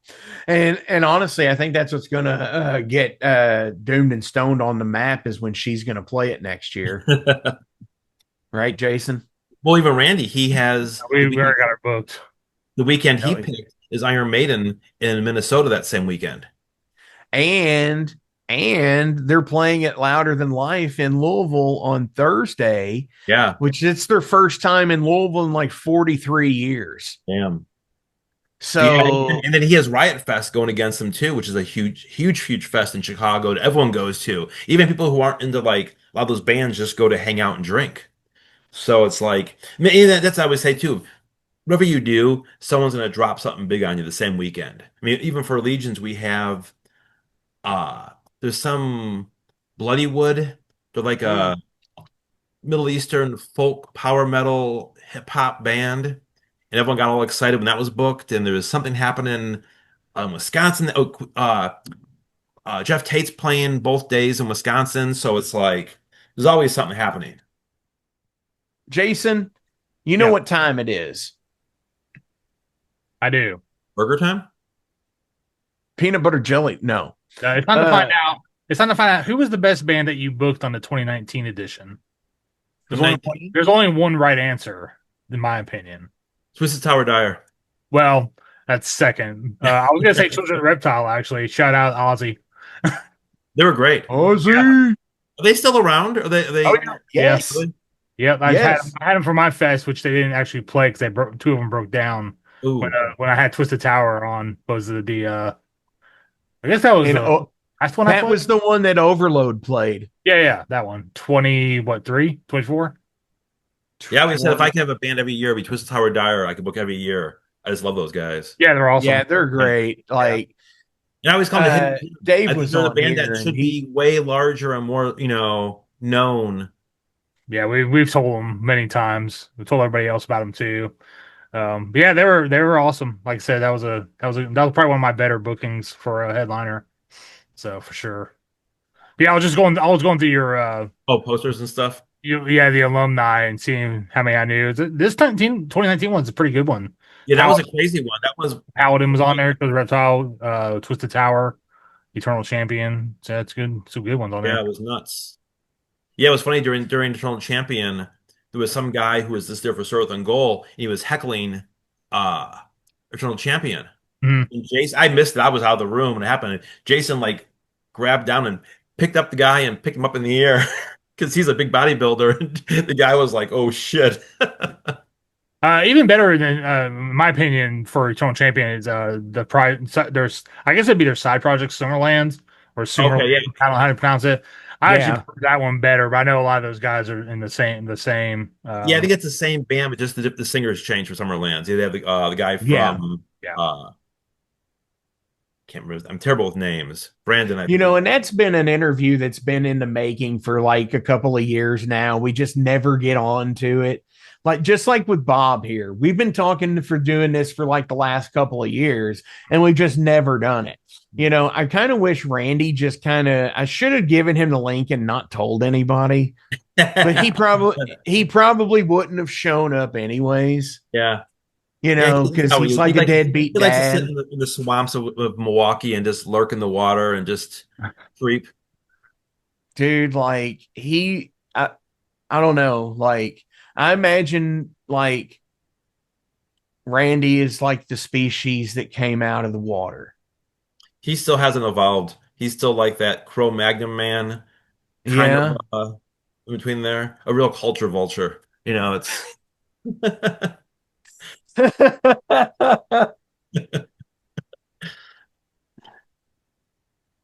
it's funny. We traveled together and people freak Kind of out when they see reminds me together. of the rock monster, Yeah. From the never ending story. yeah. Well, I laugh because it's like he's never happy. We went to Boston together, and our flight got delayed like 4 hours. So for 4 hours, he was just griping in the airport. And it's that thing, it's like nothing you can do. We landed, and he was getting all mad. He went to the hotel, and then the show, and he was just, I'm like, we're here. Just make the best of it. And, and then I got the great thing was we went to we had lunch, and he saved part of his lunch, and I'm getting ready to go to bed, look over, and there he is with his shirt off, with a tin of cold spaghetti, just stuffing his face. And I'm like, this is what I get before I go to sleep, watching Randy with his shirt off, eating cold spaghetti. Then he was farting all night. So the whole night, I'm hearing like, not small farts, loud, like, bars farts. It's the metal life, dude. Yeah. It's like, it was a great either time. you're a road warrior or you're not. Yeah. It's like waiting for your band member to take a shit in the McDonald's and then pissing under the stall. It's like we got along good for traveling because we have the same mindset. Like, we go to the show. We're not, we don't just go. We have the same thing. Like, we're tired. Let's get out of there. It's just like we don't drink, so it's like I'm not going to bars and getting messed up. So it was like we go to some stores, we get some food, go to the show, go to sleep. Sure. No, I totally get that. Yeah, you have the fun where you can and when you do, and then just and at the end of the night, I'm totally that same way as well. Even It's like, Legions. all right, time to go. The last band is done. I go to my merch table. A guy gives me my money, who helped me out, my friend Nathan, and I'm like, Shane, am I needed? And he's like, nope. I'm like, already in the cab going home. I'm like, and it's like, I want to hang out with everybody, but once like 12:30 hits, I'm like, I want to go to bed. Sure. Yeah, sometimes it can be some long, long nights. That's what it is. Because even too, I'm up just that week before, I get no sleep. I'm just stressing out. And by the time it hits, I'm already like, I need a nap. And then on Saturday by like 8 o'clock, I'm already like, you can just close it up. Now, if you want, we can go home. I'm already mentally done. I'm drained. For sure. Yeah, it's hard. 'Cause I have people from all over the country. I want to see my friends and stuff. So I want to talk, but also I'm like, in that Sunday after every year, I'm just like, last year, no, the 2024 year, you're there. My year, yeah. That year, that Sunday, I met up Christian from Night Cobra and Hell's Heroes for Sure. dinner.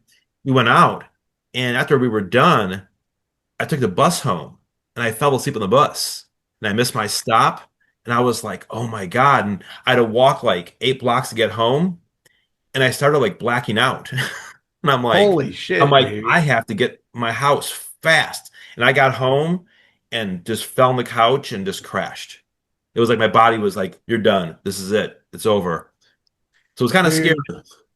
Dude, there's times where that'll happen to me, and I'll be that way after like doing a show where you're there like 8 or 10 hours before, like getting everything lined out before the day of, and then it's like whatever else you got to fucking do, especially if you're gonna fucking do something where you're gonna perform or something, or you Oh, have yeah. to wear so many different hats, and you're just like fucking running here and running there, and you don't I don't have know how fucking some of these guys who have bands put on fest and play the fest and do the it, show. To me, that's like insane because, man, I'm it not a can be great pick to difficult. begin with. And I can imagine having to play a 40-minute set plus do that kind of stuff. Yeah, it can be difficult, especially if people are running behind. Then it's like you got to make sure that you're on time and shit like that. That like because you're running the fest and you've got to like get that shit back on track. And if it gets off schedule and shit, and that's the unfortunate thing. It's like whatever. But That's when the other Reggie's staff is great for that. They keep everything.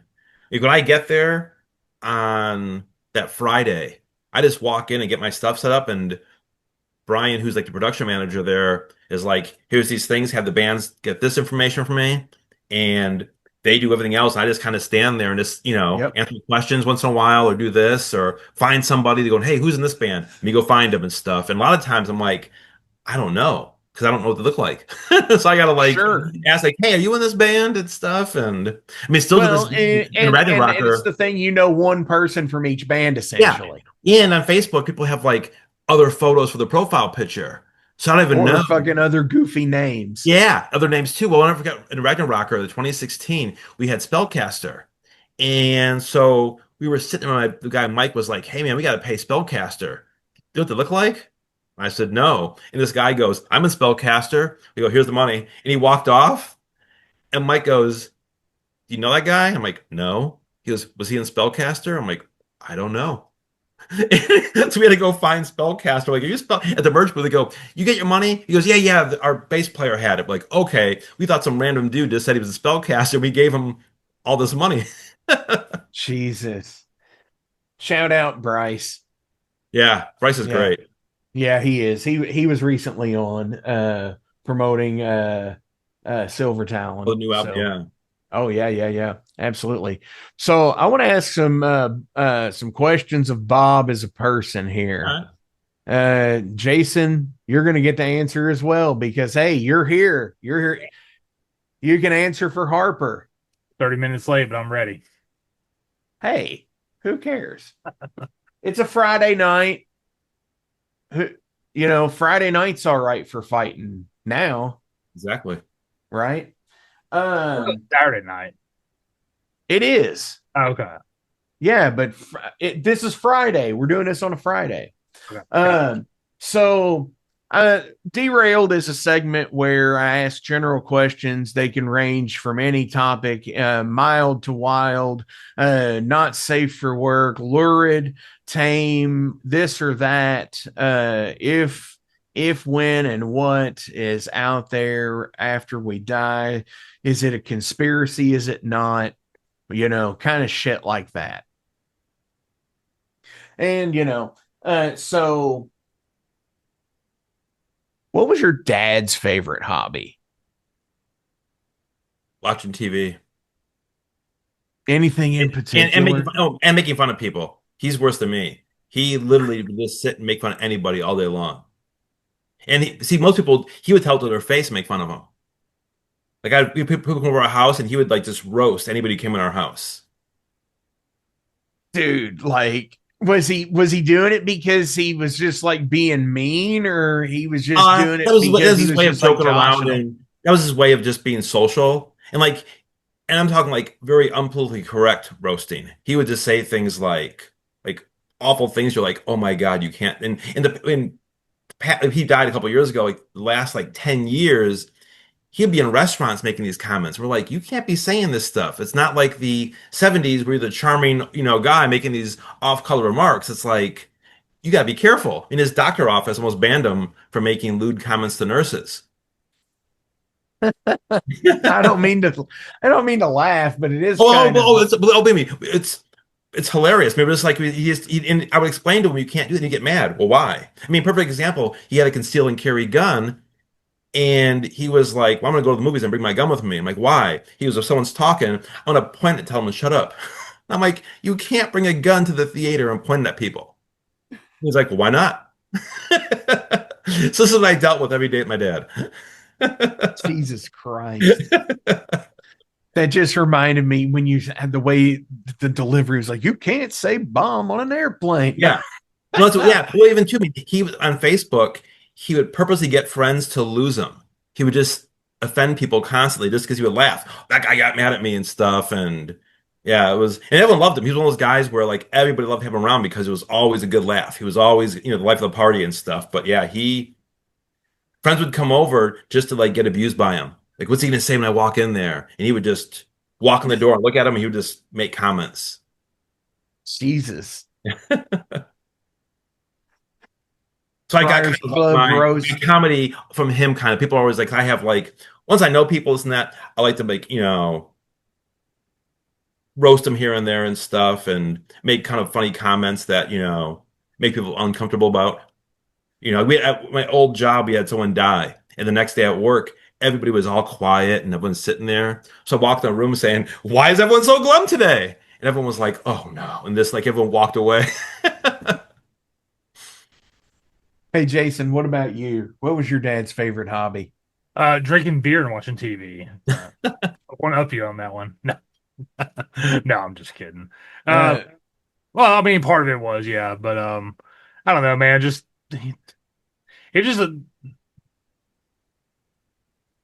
just liked to go do what he felt like at the time he wanted to do it. So sometimes he would get home from night out and take me to school. Other times he would just watch TV on the couch all night or all day with us or, whatever. So, yeah, he's kind of a free spirit. Yeah. Yeah. My dad was he liked race car driving. Right. Yeah. Dirt track racing in particular. So, speaking of race car driving, I'll change the subject real quick, but I'm pretty excited about there's a new league, like racing league that does like oversized vehicles, like racing like school buses and campers and shit. And they're coming pretty close to us in June. I'm thinking about going with kids, but I don't know if they're gonna like it because it's really loud. But just a side note, dude, get them here, get them that dude. Well, it's the loud noise. It's the loud noises they like freak the fuck out over. So, but yeah, we'll see. It's been on my mind though about that. I want to see some school bus racing on a fucking short track. Dude, we have here in Jeffersonville, that's like a couple of adjacent towns over. We have school bus races at the sports drome there. Oh, really? Yep. Couple times a year. They have a figure 8 track that's there. Oh, nice. They have go-kart racing that my nephew and nieces did. Yeah. And I think my nephew is actually doing Crown Vic this year. Oh, cool. Layback sponsor that one. Hell yeah. Yeah, but the one I really want to see is the RV racing to see if anybody does the Walter White Oh RV. yeah. The Winnebago, Yeah, the the Winnebago. mobile crack house, the mobile meth lab. All right, sorry to derail the derailed on that one, but That's great. That's what it's about. Because hey, that was a spawn off of what my dad was what he liked to do. So fuck yeah.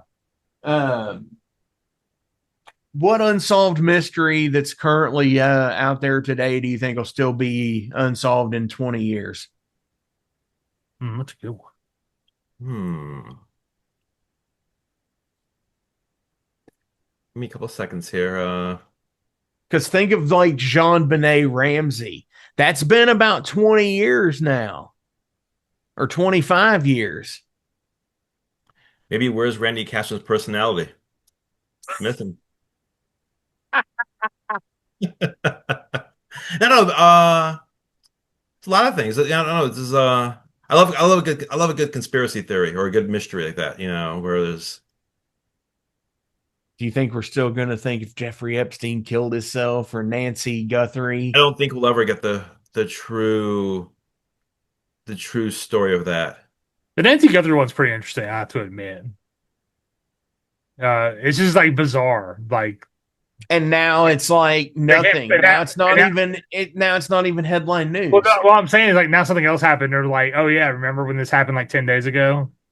That's Yeah, always that's I always think the news. Like I always say, like if something bad happens to you, you wait 5 days and it blows over because something new pops in. right. And remember, me and Randy were just talking about how 2 weeks ago everyone was calling out all these bands for saying awful things online, and they're boycotting these bands, and then a week later something else comes through. Then it's like everyone forgot about that stuff. And then the next Sure. thing, and then the next thing, and it's like, and you just remember, it's like, oh, it's like, what's the theme of the week we're gonna be angry about, or what we're gonna like or hate, and it's in the news that way too. It's like, you have the You Iran know, email going on, so everyone gets Epstein, and what's gonna be next week? yeah.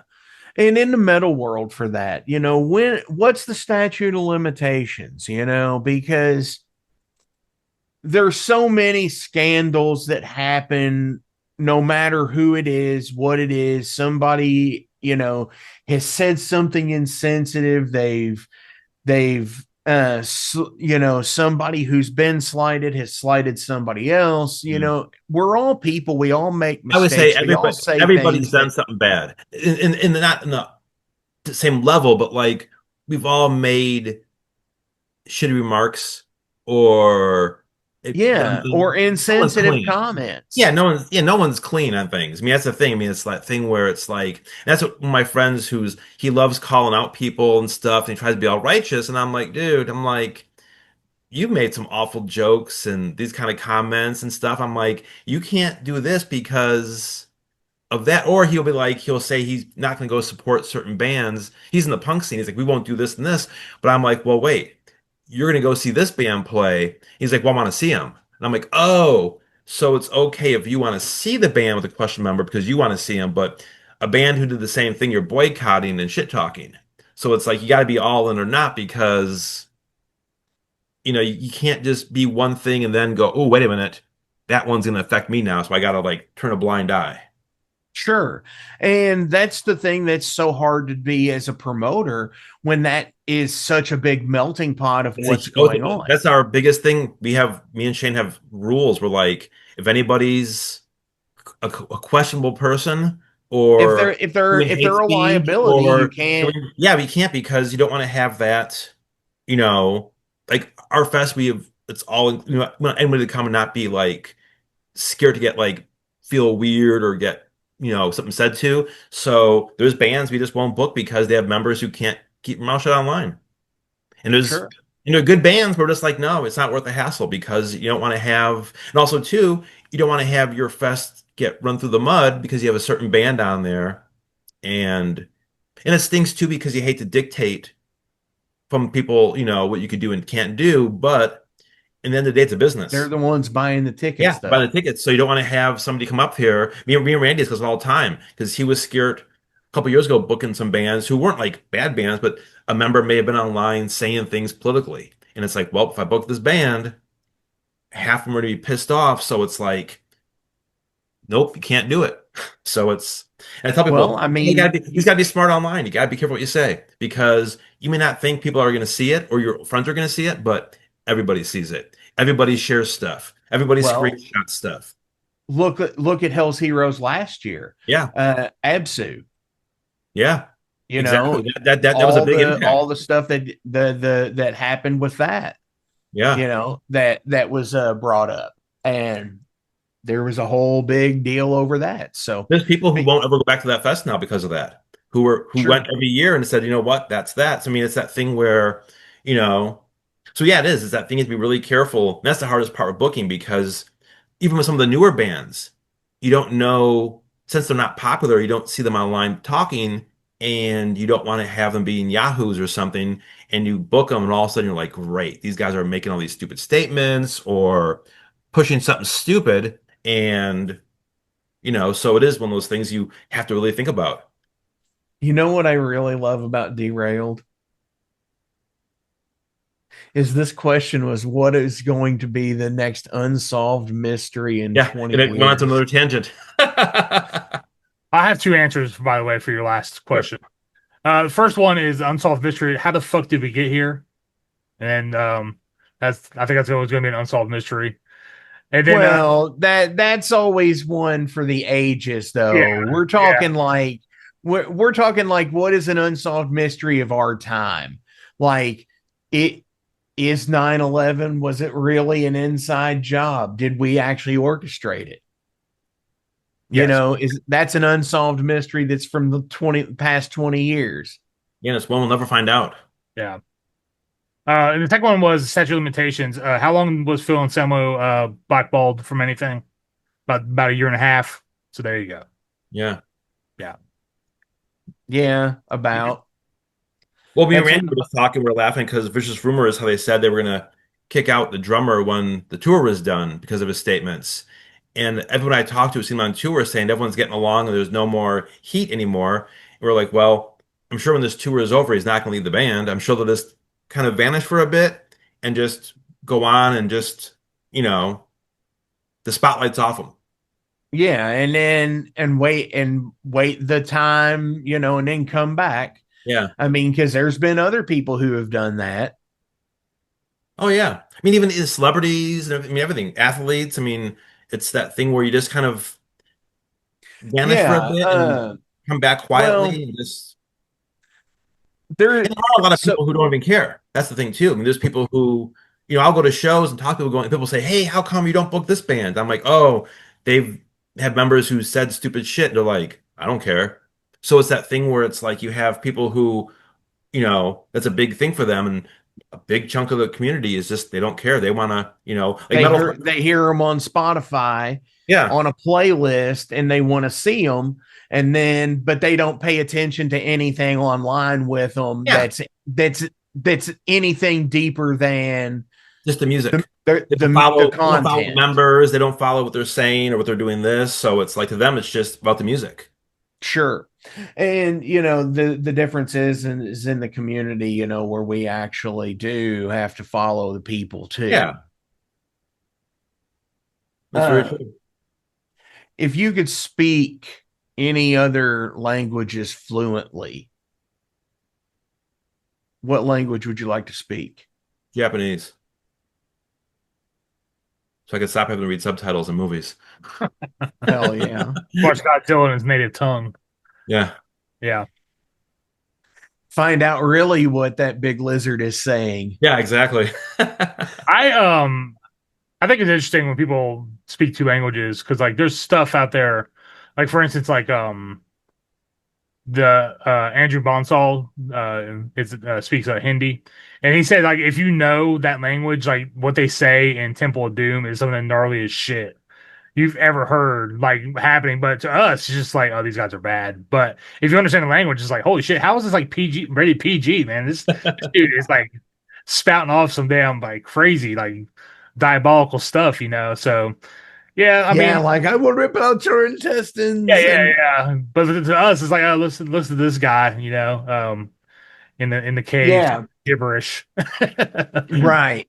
yeah, I would probably say Japanese would probably be another one too, because there's some really cool stuff out there that's in Japanese that I appreciate. For sure. Yeah. Absolutely. I've got the Japanese dragon tattoo. Yeah, I get enough. I can figure out Spanish enough just because I'm around Spanish people, speaking people all the time. You hear words enough in relation to what they're doing, and you pick up on it. You can get the gist. Yeah. Yeah. I like the thing, and I like the King of the Hill Spanish. Mm. Es Esteban el Ocupado. Dude, Is this John occupied? Speaking of King of the Hill, dude, I almost pulled a Hank Hill and sprayed a bigger can of WD-40 with a smaller can of WD-40 to get something open. It crossed my mind, but I succeeded the first time. Oh my God. Dude, I almost know what you mean because I had to paint some. Well, it was the base case. It was the domino. And I'm sitting there going to take the fucking lid off the paint can. And I'm just like, fucking God damn it. Get this motherfucker off here. And then fucking like, because you're supposed to use the screwdriver, right? Yeah, they usually give you a tool if you buy like a full gallon to open. Oh, no, I'm talking about the spray can. Oh, yeah. Yeah, because you use spray can, break that little tab off, and yeah. But I'm sitting there pulling it off, fucking with pressure, and it's just like it was being cantankerous. Yes. So yeah, spraying a can of WD-40 with a smaller can of WD-40, I get it. Good stuff. If you were the dictator of a small country, what dictatory things would you do? Oh my God, dude. I got a whole list. Yeah. Yeah. That's why I played SimCity for years. Go ahead. What would you do? Oh, well, there would be definitely a dress code for females. But it wouldn't be the Islamic one. It would be the probably the Florida one. Just bikinis and skirts all the time. And then need he say his country is in the Arctic? Oh no, it's in Florida. I'm just gonna take over Florida. It feels like another country anyway. I would bring the Running Man. DeSantis. The Running Man would be a game show down there for real with Florida Man. That would be state sponsored, sanctioned death. So that one would be a good one. And then I would have all bands I like must play 2 exclusive sets a year at the venue of my choosing. So there's that one. All metal festivals will be in the fall because fuck that hellish summer down there. Probably December would be a good time in Florida. Let's see. There's a bunch of other ones, but I'll probably just get in trouble for saying stuff. You would kick out the Jaguars, the Jaguars. Yeah, I would encourage people to have alligators for pets to weed out the contestants for the Running Man. I'm not talking about the new Running Man remake, which I didn't see. I'm talking about like make it like the Schwarzenegger one. The one with like the Running Man home game and stuff like that, which cracks me up. Have you seen Slashers? Get the running. Yeah. Have you seen the movie called Slashers? The 90s movie? It's no.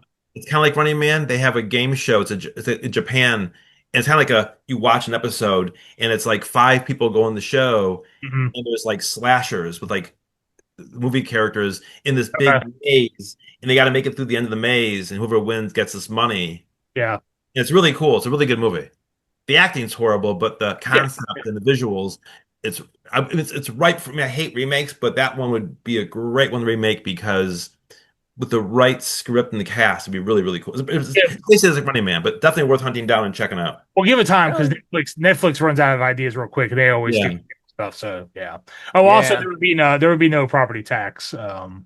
Because I'm all about that no property tax thing right now. Yeah, well, I mean, they don't have property tax down there anyways. I know. I think they still do, but not having property tax on your home is like I thought their sales tax was so damn high that did away with their property tax and income tax. No, they still have property tax. They're trying to get rid of it for like people who own a home that primary residence. Yeah.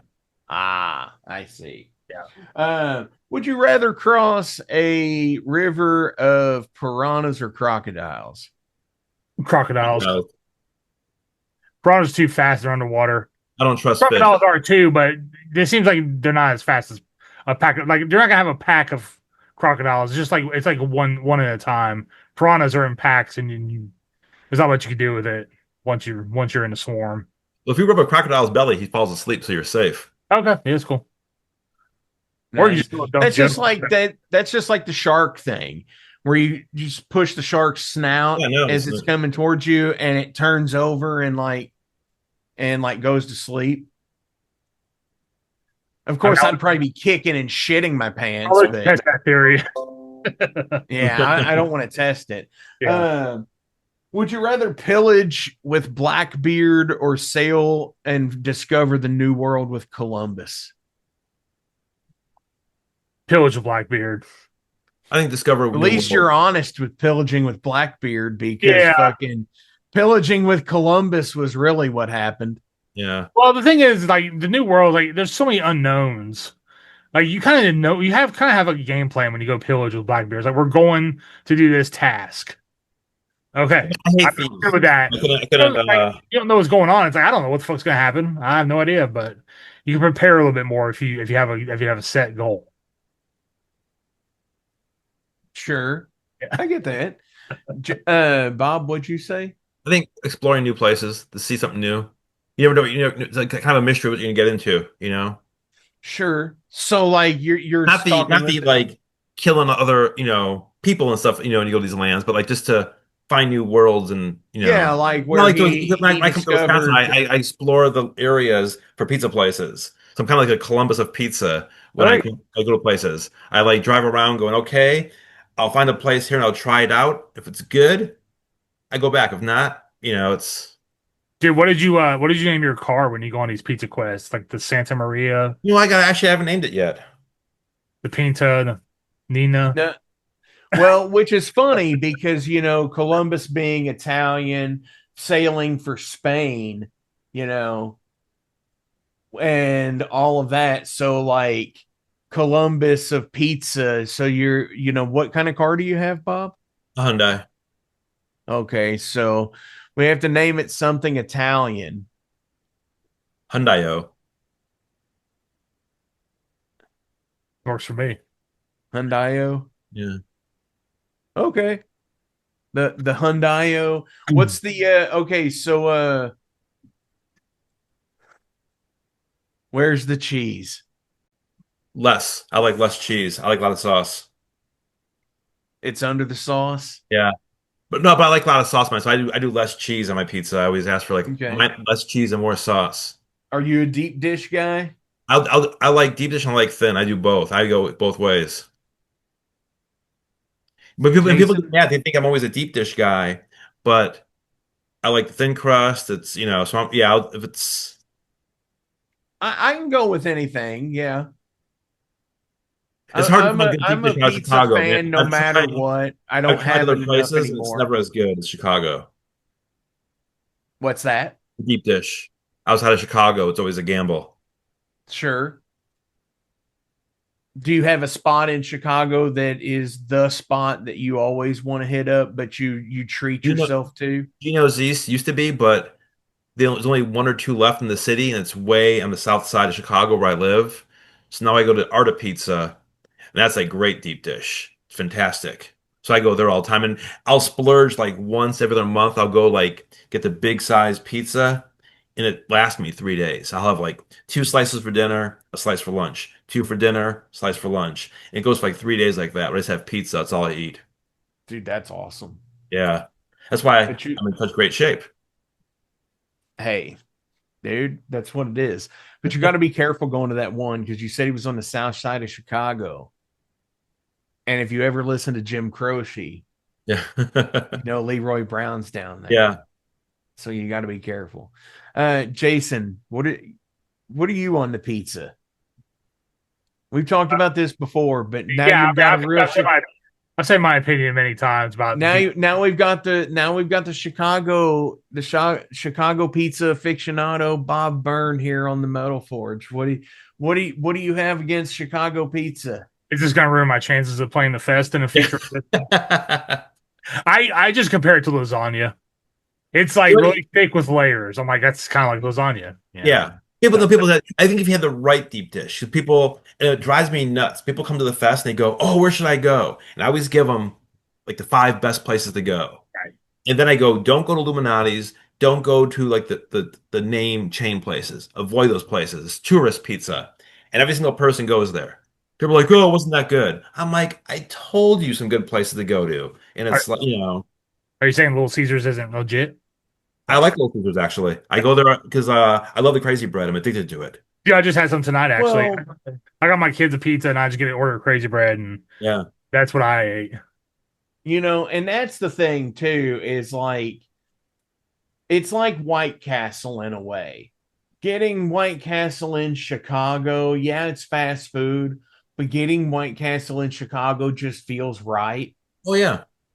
And that's just like to me, it's like I don't play. I never go like, oh, for dinner tonight we're going to White Castle. White Castle is always great after a show, or you're coming home late and it's like, oh, I can go there real fast. Yeah, it tastes better. But like Little Caesars is the same way in like Detroit, because that's where it began. Yeah, and it's like always, and like having a Little Caesars pizza in Joe Louis Arena is like home. It feels like home with the Red Wing shit. So I totally get what you're saying there with the the feeling of like, hey, I told you to go to these places, but then they go to these the chain places, drive-ins and dives, the Triple D fucking shit. And I had friends come for the 2014. The guys in Devolution came out there, and I took them to Winter Circle, which is like a hot dog place in the north side by me. And the shtick is they yell at you and they're rude, not like haha, they're like volatile, nasty to you. And if you order a chocolate milkshake, the girls pull their top up, put their face into your breast into their face and stuff, and go to their website, and the main page is a girl giving you the finger. So we went there and they were like, "This is great, kind of place, real Chicago food," and they're rude, and you can sit there for hours just watching people get yelled at and stuff. And they get in fights there with people. They throw things at everybody and stuff. And there's a YouTube channel where it's the fights of Winter Circle, where you'll see like people getting arguments with the people that work there. CBS Fox Video presents a collector's preview. A long time ago, in a galaxy far, far away. In these uncertain times, we're all longing for a sense of normalcy. Yet we don't know what the new normal will look like. More than ever, the distance between us has grown, and we're yearning for the contact we once had. We just want someone to tell us everything will be okay, and to hear, "What the fuck you want, you fat, round, Richie Cunningham, big titty, baby dick, bloated strawberry bitch? I hope you're not coming here just..." Which is why the Wiener Circle is here, giving us the human interaction we need with FaceTime ordering And by the way, your fucking titty's bigger than mine. and curbside pickup. Here's your cheese fries, you SUV driving yuppie bitch ass pussy. Hey, thanks, slut. Eat my butthole. So FaceTime 773 bitches to order your favorite dogs and fries with a side of abuse, or order through Talk, Grubhub, or Uber Eats for some curbside abuse, Hope you die in a fucking car crash. or just do regular delivery. All sales support Chicago Community COVID-19 Fund. Chocolate milkshakes not available curbside, since that would be indecent exposure. Fuck you, Corona. You sound like the name of a sneaky ass bitch. So I took them to certain places that they wouldn't have gone to if they didn't know. And they were all happy going, "This is so cool. We saw like some cool stores, Wiener Circle." And so I always try and tell. And I usually put a week before the show, I put up a list of places to hit. If you're in Chicago, here's some hot places, because it's like, stay away from the tourist attractions. Sure. So another Chicago staple is the dog. Yeah. What's the hot dog order? Plain and ketchup. And it's a taboo of Chicago. Whoa, no Yeah. shit. I'm a very picky. I'm the pickiest eater in the world. I eat like a 5-year-old. I'm like a kid when I eat. I don't like things touching my Wow. food. So I get hot dog plain with ketchup on it only. I'm not People far get, from you. I like ketchup, plain with mustard. So people get really upset over it. They get really mad.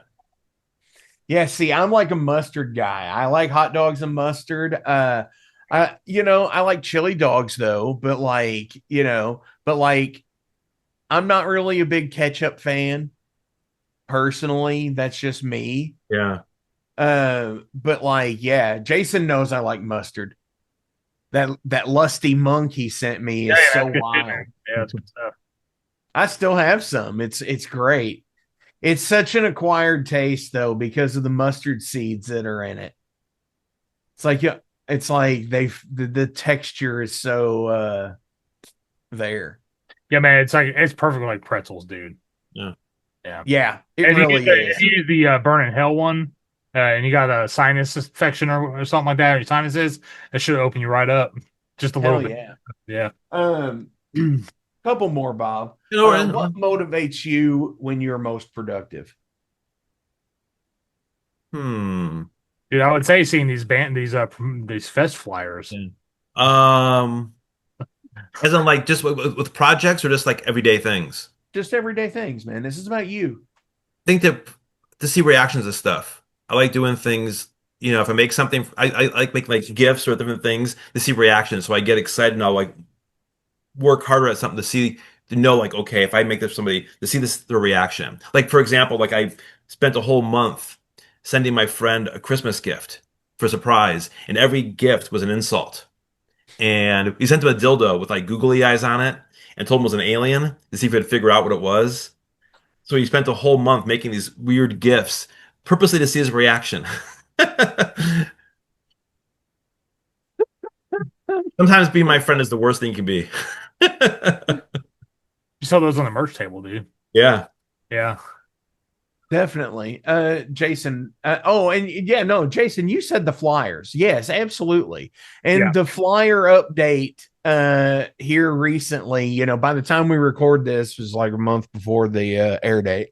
Was the update of the flyer with the big fucking dragon on there now. Yeah, that was actually just John, who does the t-shirt design, was like, "Oh, you want this?" Because it's funny because I'm real picky over the flyer. I don't like a lot of art on flyers. I want to have the logos big and bold. Sure. So I hate seeing festival flyers where you see like 4 of the band logos and it's all generic font listing the bands. Because like the thing where I'm like I always tell people, my last artist for my stuff who left, we always argued because I'm like, I'm not selling art, I'm selling bands. So I always like having just the logos and a nice border.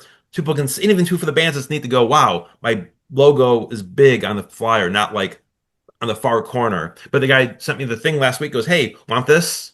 And I was like, this is kind of neat. And I posted it and everyone loved it. So yeah, for sure. Oh, it's amazing looking.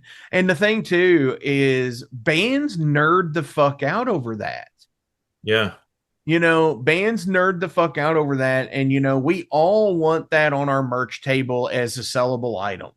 Is, hey, we played Legions of Metal. Here's our flyer with our name on it. Yeah. If you want to, buy a print of it, it's like, or free with every purchase kind of thing, kind of deal. And it's just like an extra thing to have to help build and promote.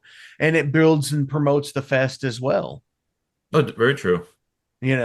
I saw so many people at 24 scoping out the outside poster. Oh, for the big poster. And they sell it usually end of the night. They usually, I have one of them, the owner, Reggie, goes, "Take it home with you if you want." I'm like, okay. So I got that one, the 2018 one at home. I have it there in my room. But, and I made posters a couple of years. No one bought them.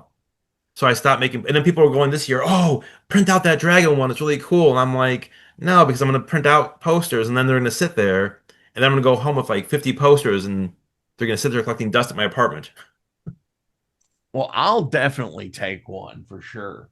So I made mirrors one time, like kind of those cocaine mirrors for 2022. And Jason, it was great. Oh, yeah. And we made 20 we sold 4, I think, or 4 or 5. I ended up giving away half of the bands. I was like, well, no one bought them. And online, everyone's like, oh man, we're gonna buy those. Oh, and I'm like, cool, they're gonna sell out like in 5 minutes. And then, you know, people show up the day of, and they I think it's a thing of like people get like buyer's remorse. oh yeah. And it's Where hard too. If you're flying with a mirror, it's hard to travel with that. But if you're yeah, local or a poster too, you don't want to get a poster and go, I gotta fly home now. I have this big ass poster. What do I do with it? right. Now I gotta add a stop to the UPS store, to the post Yeah. office, or So it is whatever. hard.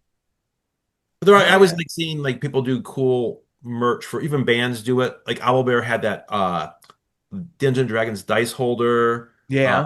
One of my vendors, I think her name's Ariana Drew. She has a jewelry person who was there last year, and she made necklaces with guitar picks that were actually used in the Seven Spires video. Yeah. And Yeah. she had the Yeah. I actual saw pick they those. used. So people were lined up outside the venue before doors to get the necklace, not to Dude, get the that's bands. I awesome. mean, they wanted. She only made like I think like 5 or 6, and people were there early, and they were just like, man, and they got that in. They ran upstairs, and it was really cool to see. So that kind of stuff is always fun Well, to do. and two, the other cool vendors that you have at the show too, like DMR Books Yep, good old and Dave. and Amy at Babe Finder General, Yeah. and all of the other stuff, and then of course the bands get their merch and everything set up too.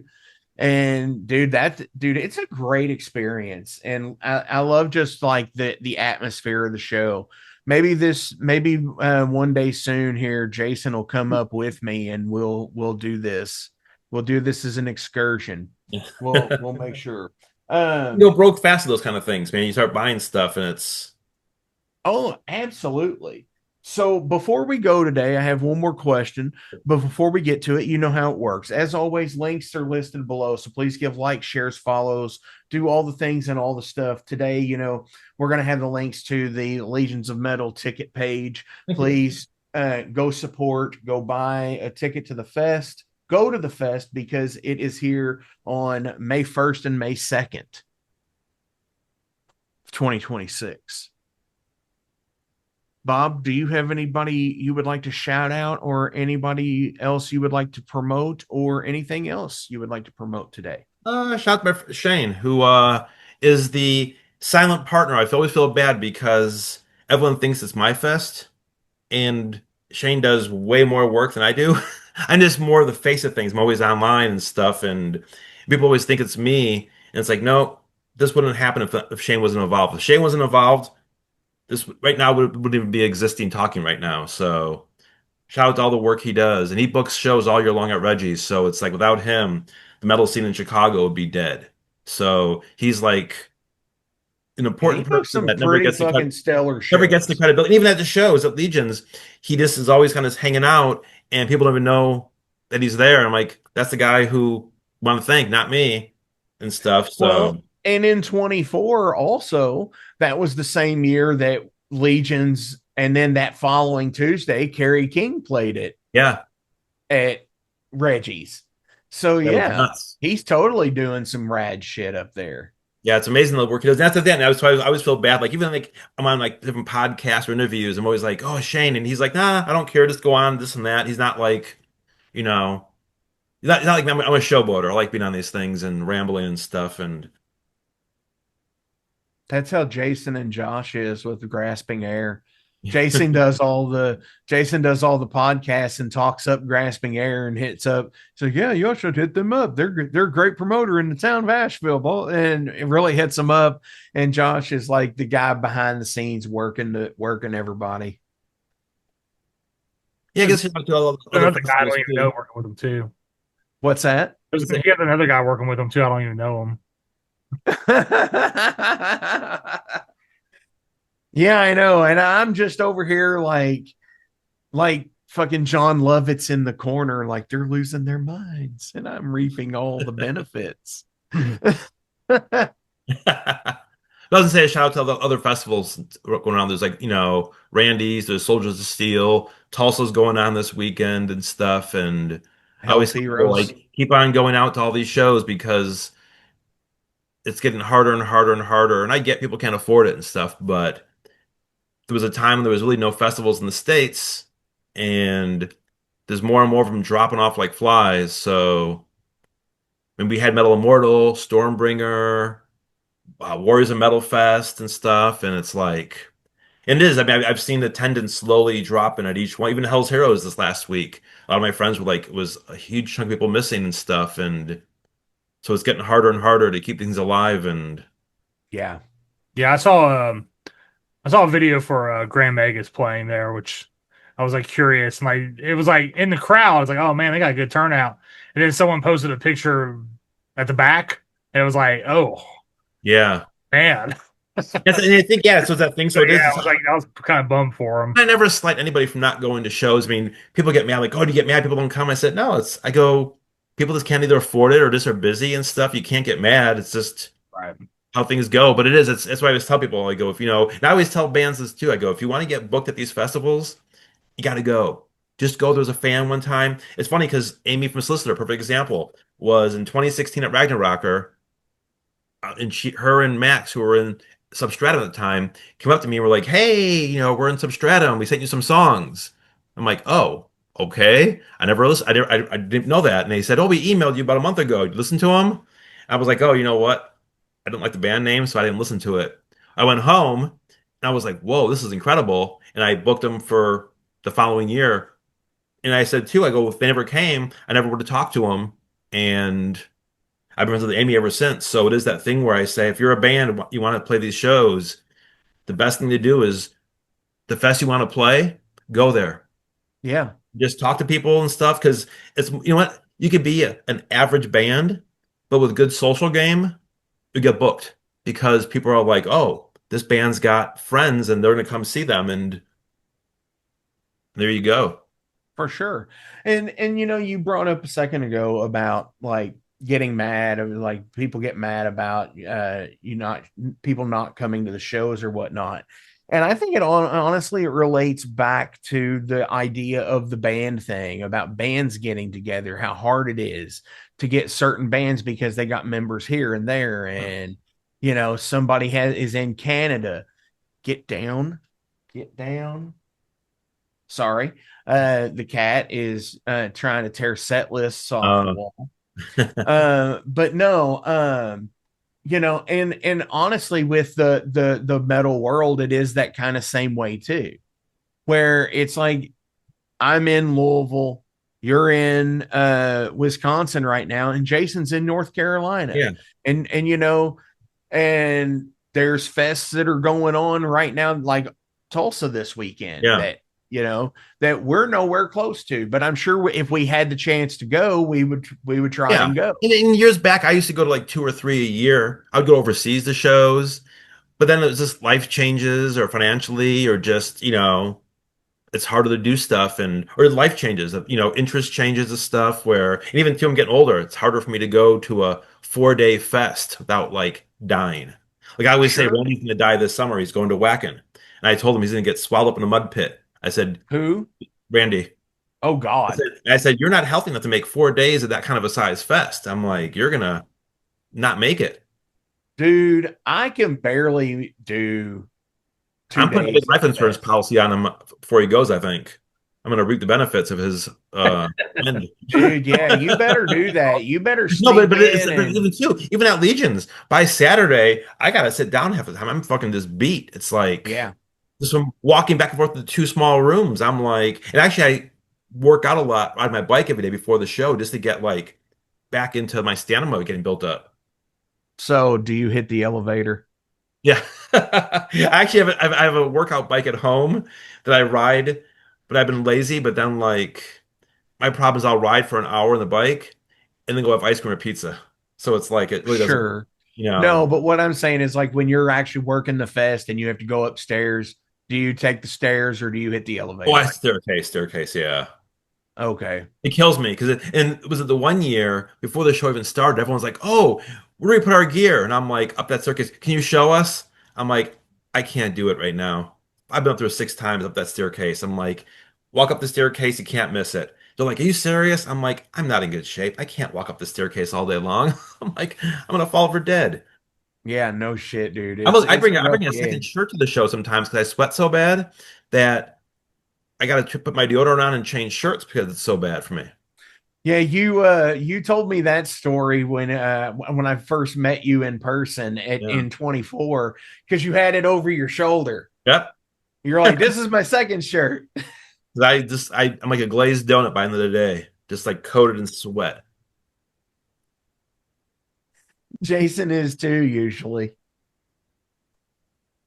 Yeah, in the summertime, I gotta carry a spare shirt or two in my truck with me at all Yeah. time. Yeah. So awesome. My final question is does life have to have a purpose or a meaning? Nope. I always say just have fun. It's all it's about. I said I hate wasting days, so I always try and do something every day, something fun or small or big. But you can go through that just being happy and have a good life instead of no point. Hell yeah. Dude, what about you, Jason? Do you think life has to have a purpose or a meaning? I mean, when you have kids, your purpose is to make sure they're alive every day. So there's that. I have a good friend, Andy Dufresne, used to say, "You get busy dying or get busy living." Yeah. I mean, I don't know, man. It's just everyone's goals are different, you know. Yeah. I live my life. Somebody else lives theirs the way they want, and whatever their goals are is cool with me because it ain't mine. Hey, Jason, what do you do? What do you mean? What did you just say you did? You live your life Yep. like there's no tomorrow? Oh, there's always a tomorrow. I'm scheduled to next month for work. Well, I mean, by the time we're recording this, that's like in a day or two. Next month is. Oh, gotcha. Yeah, I keep forgetting it's the end of March already. No shit. I Dude, do think Bob, I think that's why people are unhappy nowadays, though. I think the big issue is people want more than they can have or an unrealistic life. And I think they see people on Facebook posting all these crazy stuff, like I'm on this trip and they get people mad and jealous, or they think this, and it's like I just do what I enjoy doing. I have more fun sitting home watching movies and having ice cream or pizza, and that's good. like, I've went on some vacations on my own, because I'm a single, almost out of draft range dude. You were just in it, and now you're almost out of it, Yeah. man. Yeah, I was just in it. Now I'm almost out of it. That like seriously though, that like I went on like I go to the beach every couple of years or whatever, every 4 or 5 years. Just do the thing.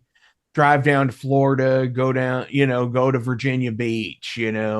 Go to Chicago or fucking just and honestly, sometimes when you drive or go far away from, I guess your home base, and that's one of the weird things about just like up and moving like thousands of miles away that I guess I never understood was like when you go that far away from home, it's kind of a surreal moment because you're It just is. like think of all of the people's paths that you cross through that. Or people you meet. Yeah, Me and you absolutely. too. My the person I met when I was at her house, I met her at Ragnarokkr, and then I would go to LA and hang out there. And I never went on vacation by myself. I never flown by myself before doing that. And I was so weird going out the first. I'm like, oh my God, I'm flying alone. Now with friends are doing this, and I learned to navigate through Los Angeles for years and stuff. So it was,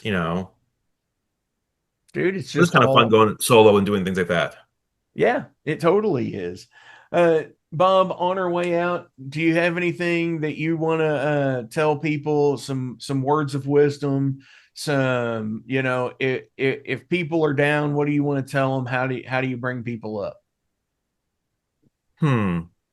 Eat a lot of pizza and donuts. Don't worry so much about stuff. And see someone being stupid, call them out for being stupid.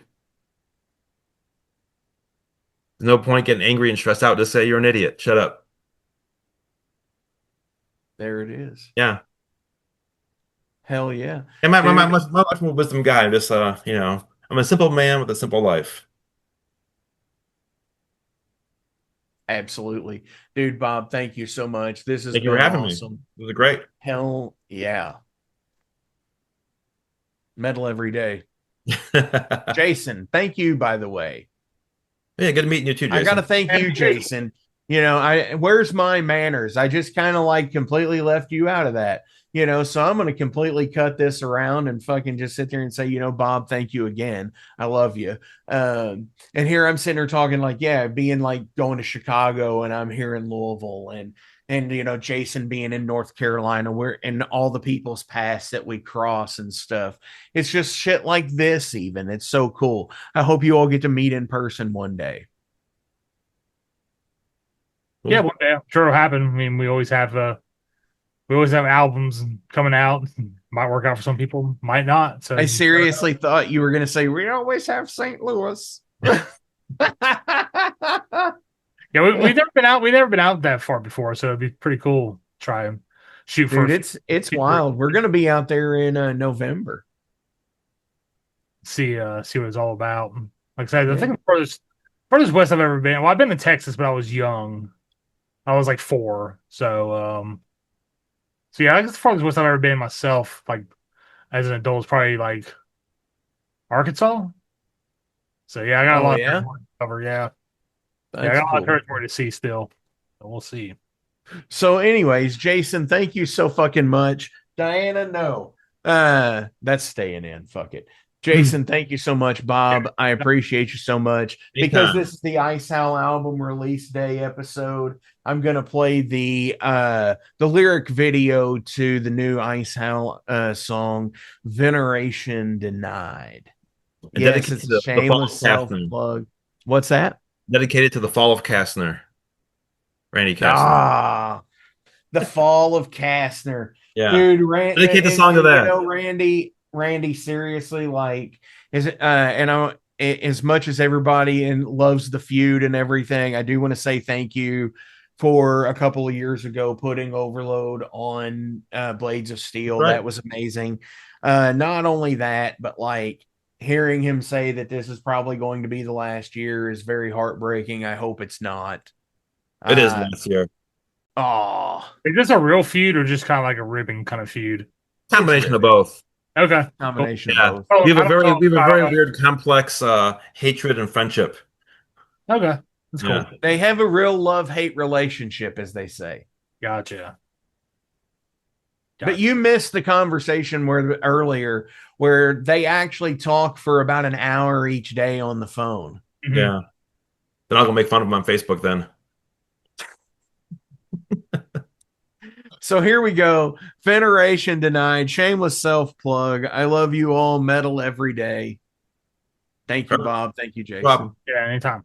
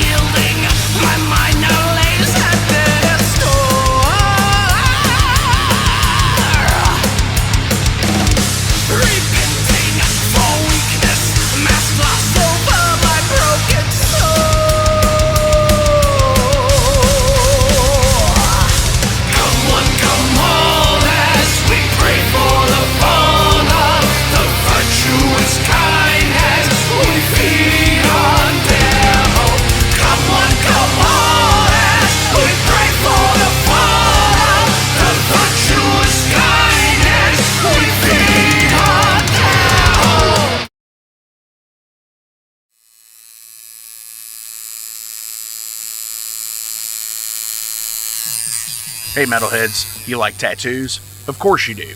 If you're in the Louisville, Kentucky area, come on over the bridge to Clarksville, Indiana, and get you some ink done at Ageless Art.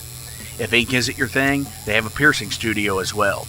Visit agelessartclarksville.com to see some frequently asked questions, meet the staff. The shop is open Monday through Thursday, 12 to 8 p.m., Saturdays, 12 to 10 p.m., and Sundays, 12 to 6 p.m., all appointment-only spots. You can set up your appointments by phone at 812-283-1793 or email agelessarttattooandpiercing@gmail.com and someone will get you set up for your first or your next tattoo or piercing.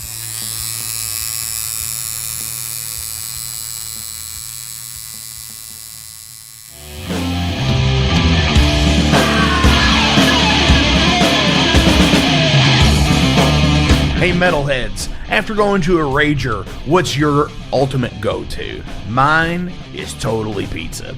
So when Overload is playing or I'm promoting the Metal Forge live showcases or the big goddamn metal show, I go to Pizza Donisi. Pizza Donisi is gourmet artisan pizza from right here in Louisville, Kentucky. It features things like the pizza of the month, the sandwiches, and also vegetarian and vegan options, which is so totally fucking cool for all of it's awesome pizza. You definitely want to go. Hey, and also from time to time they do cannolis. Oh, so fucking good. You know what they said, man? Leave the gun, take the cannoli. Yeah, just like that in Godfather. They're located right next to the Mag Bar at 1396 South 2nd Street, so either stop in or call in at 502-213-0488. They're open till midnight. The witching hour.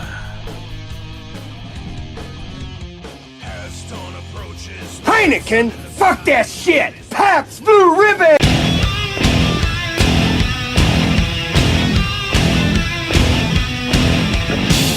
Hey metalheads, you all hear me talk about Mag Bar all the time. It is the home to the Metal Forge live showcases and is an integral stop in the ultimate underground metal tour schedule. They obviously feature live music, but the Mag Bar also has daily specials like Pint and Slice Night on Tuesdays with Pizza Donisi. But they also do Bring Your Own Vinyl on Thursdays with DJ Kent Jackson, and Finer Things Sundays.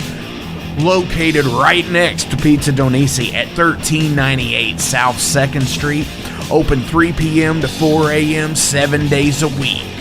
Get your asses out to the Mag Bar. Rock out.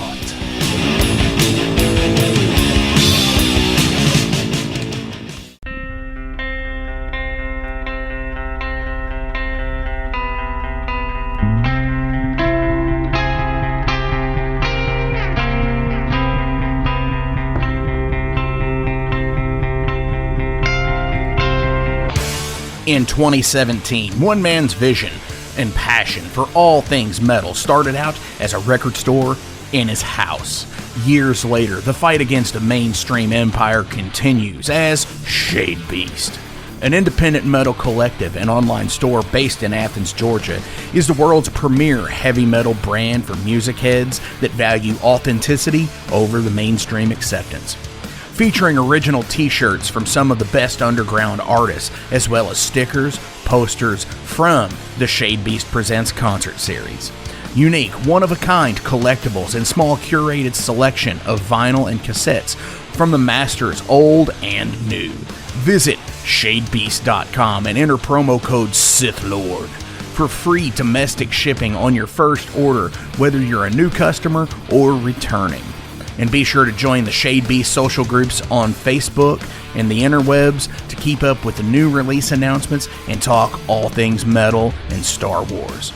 You'll never find a more wretched hive of scum and filth.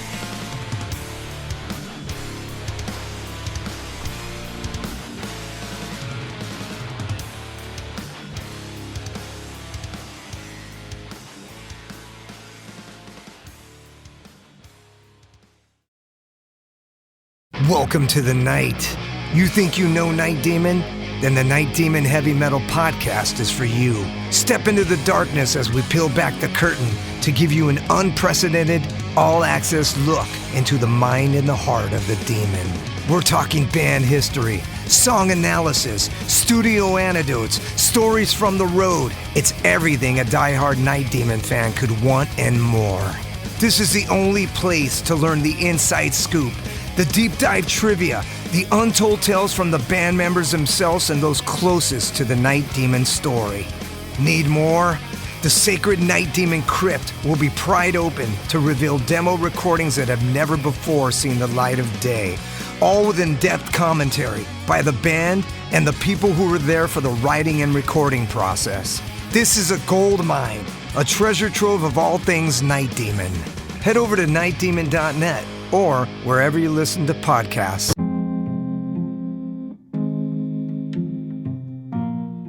What's up, Metal Forge fans? This is Alan Bishop, the alchemist of Indiana's Black Forest and head distiller at Spirits of French Lick. Do you find yourself drawn to the unexplained, fascinated by the Fortean, or enchanted by the paranormal? If the things that go bump in the night resonate in your mind, then tune into my brand new podcast, If You Have Ghosts, You Have Everything. Featuring first-hand accounts, collected stories, interviews, history, and speculation related to all things not of this world. Available now on Anchor, Spotify, Google, Amazon, and more. Set back, relax, and remember, if you have ghosts, you have everything.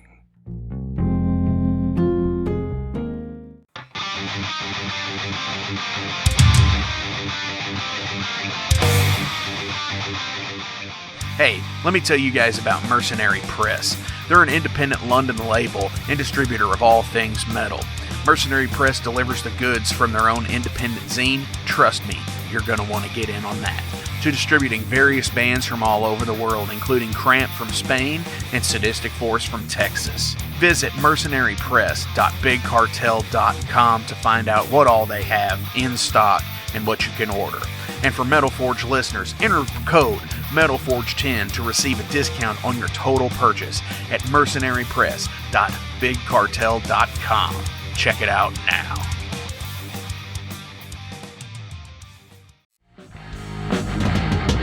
In a broken wasteland, come to my fire and place your blood and steel upon